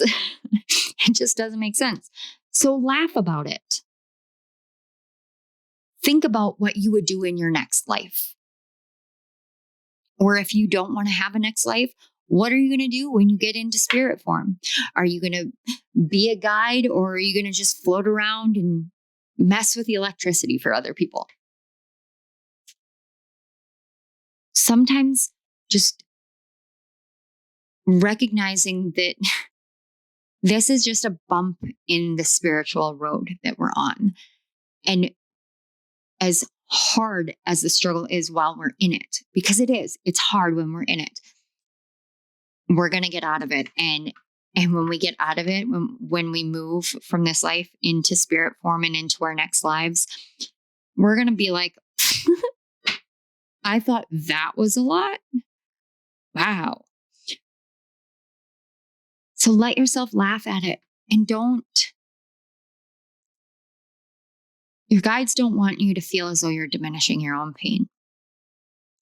Recognizing your pain, but allowing yourself to laugh at it is one of the most healing things that you can do. I'm just seeing Buddha laughing in my head. Okay. What do you want pile 4 to know? Okay. Too many. What do we have? We have the Chariot. Literally, it's hidden in here. and the Ace of Swords. And on the back, we have the 10 of Cups. Look at this, guys. Okay, I'm going to move this stuff up. I want that. Ah, beautiful. The Chariot is the card of us recognizing our own strength and our own ability to harness the wild energies within ourselves, to harness all of these different pieces and to move forward with confidence, with assurance, and with the conviction of our own strength and prowess. It's about recognizing that we make choices and we initiate massive changes in our lives. How do we do that? By recognizing the way that our mind spirals up and down, recognizing the power of our mindset, the power of our own storyline, of telling our story, of being the narrator. Recognizing that you're the one who knows your story better than anybody else, and nobody else gets to tell you what your story is. And allowing your essence to come forth so that you can embrace that ultimate goal of a life of unconditional love and happiness. I said this thing is not about sunshine and rainbows, and it's not. This life isn't about sunshine and rainbows, but there are sunshine and rainbows in this life. We all make choices in our lives. If we carry the weight of other people's choices rather than carrying the weight of ours, we double our load and we hinder them and their growth. That's not always easy. To clear your mind, you have to realize what it is that you chose for your life, chose about your life, chose for yourself, and about who you are. And let that be your clear inspiration to move forward. Because happiness really does exist. There's a lot here about just letting yourself relax. And I don't mean taking a bubble bath. I mean, watch a comedy. Watch a really stupid comedy that is really funny, like Super Troopers or Tropic Thunder. And this is why. This is your advice. Because you will be releasing all of the difficult things and rising up from the depths, from the darkness, into that sunshine and rainbows. Your guides want you to just laugh, let go of the pain, and write your story. No, it's not going to be easy to recognize where the story came from. But isn't it worth it so that you can tell your story how it really is? So you can live your life how it really is, how you are meant to. So you can free yourself from the emotional influence of other people's ideations, storylines, gossip, from the hurt that they cause. So you can let yourself go free from this entanglement. We have 33 and 6 over here. There's hidden truths and something unknown. You guys may have been called to another pile. But this card to me in this energy talks about what happens when we allow ourselves to see those roots. When we look beneath the surface, when we recognize those truths that we have hidden from ourselves, we recognize the influence that other people have upon our own emotional bodies, our mental bodies. We get this clarity. We release the hard times and we get to step into this 10 of Cups, this happiness, this like really joyful time.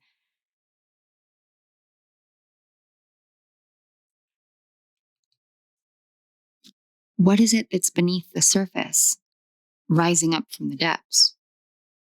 It's here to free you. to free your mind so that you can go on your path. There is an ascended master that wants to connect with you. I don't know which one, and it's going to be different for each one of you. My advice and the advice from your guides is look into it. It's not known to you right now. Look into it. Follow your heart, follow your intuition. And remember that your story matters, pile 4. It matters as much as the breath in the air that you breathe and the beating of your heart and the blood running through your veins. It matters. Your story matters because you matter. And your happiness matters in this life. All right, my loves, pile 4. I love you guys. This is the message that I have for you. I want to say thank you so much for being here. Thank you to your guides, to my guides, to the Great Spirit, to our ancestors in the cosmos. Thank you for bringing the collective of pile 4 here, whenever, from wherever, so that they may find resonance, confirmation, clarity, and understanding here. So they have a community that sees them. Thank you so much. And thank you, pile 4.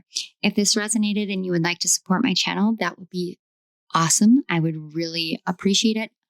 Totally not expected. You're not obligated to do it. But if you would like to, you can hit that like button, subscribe to my channel. You can comment in the comment section, or you can share this with somebody that you think it might help. Any and every traffic and interaction that these videos get helps the video, helps the messages get to who it's meant for. And I just saw 22:22 on the clock. All right, my loves, this is where I leave you. I will see you at my next reading. Love you all. Bye.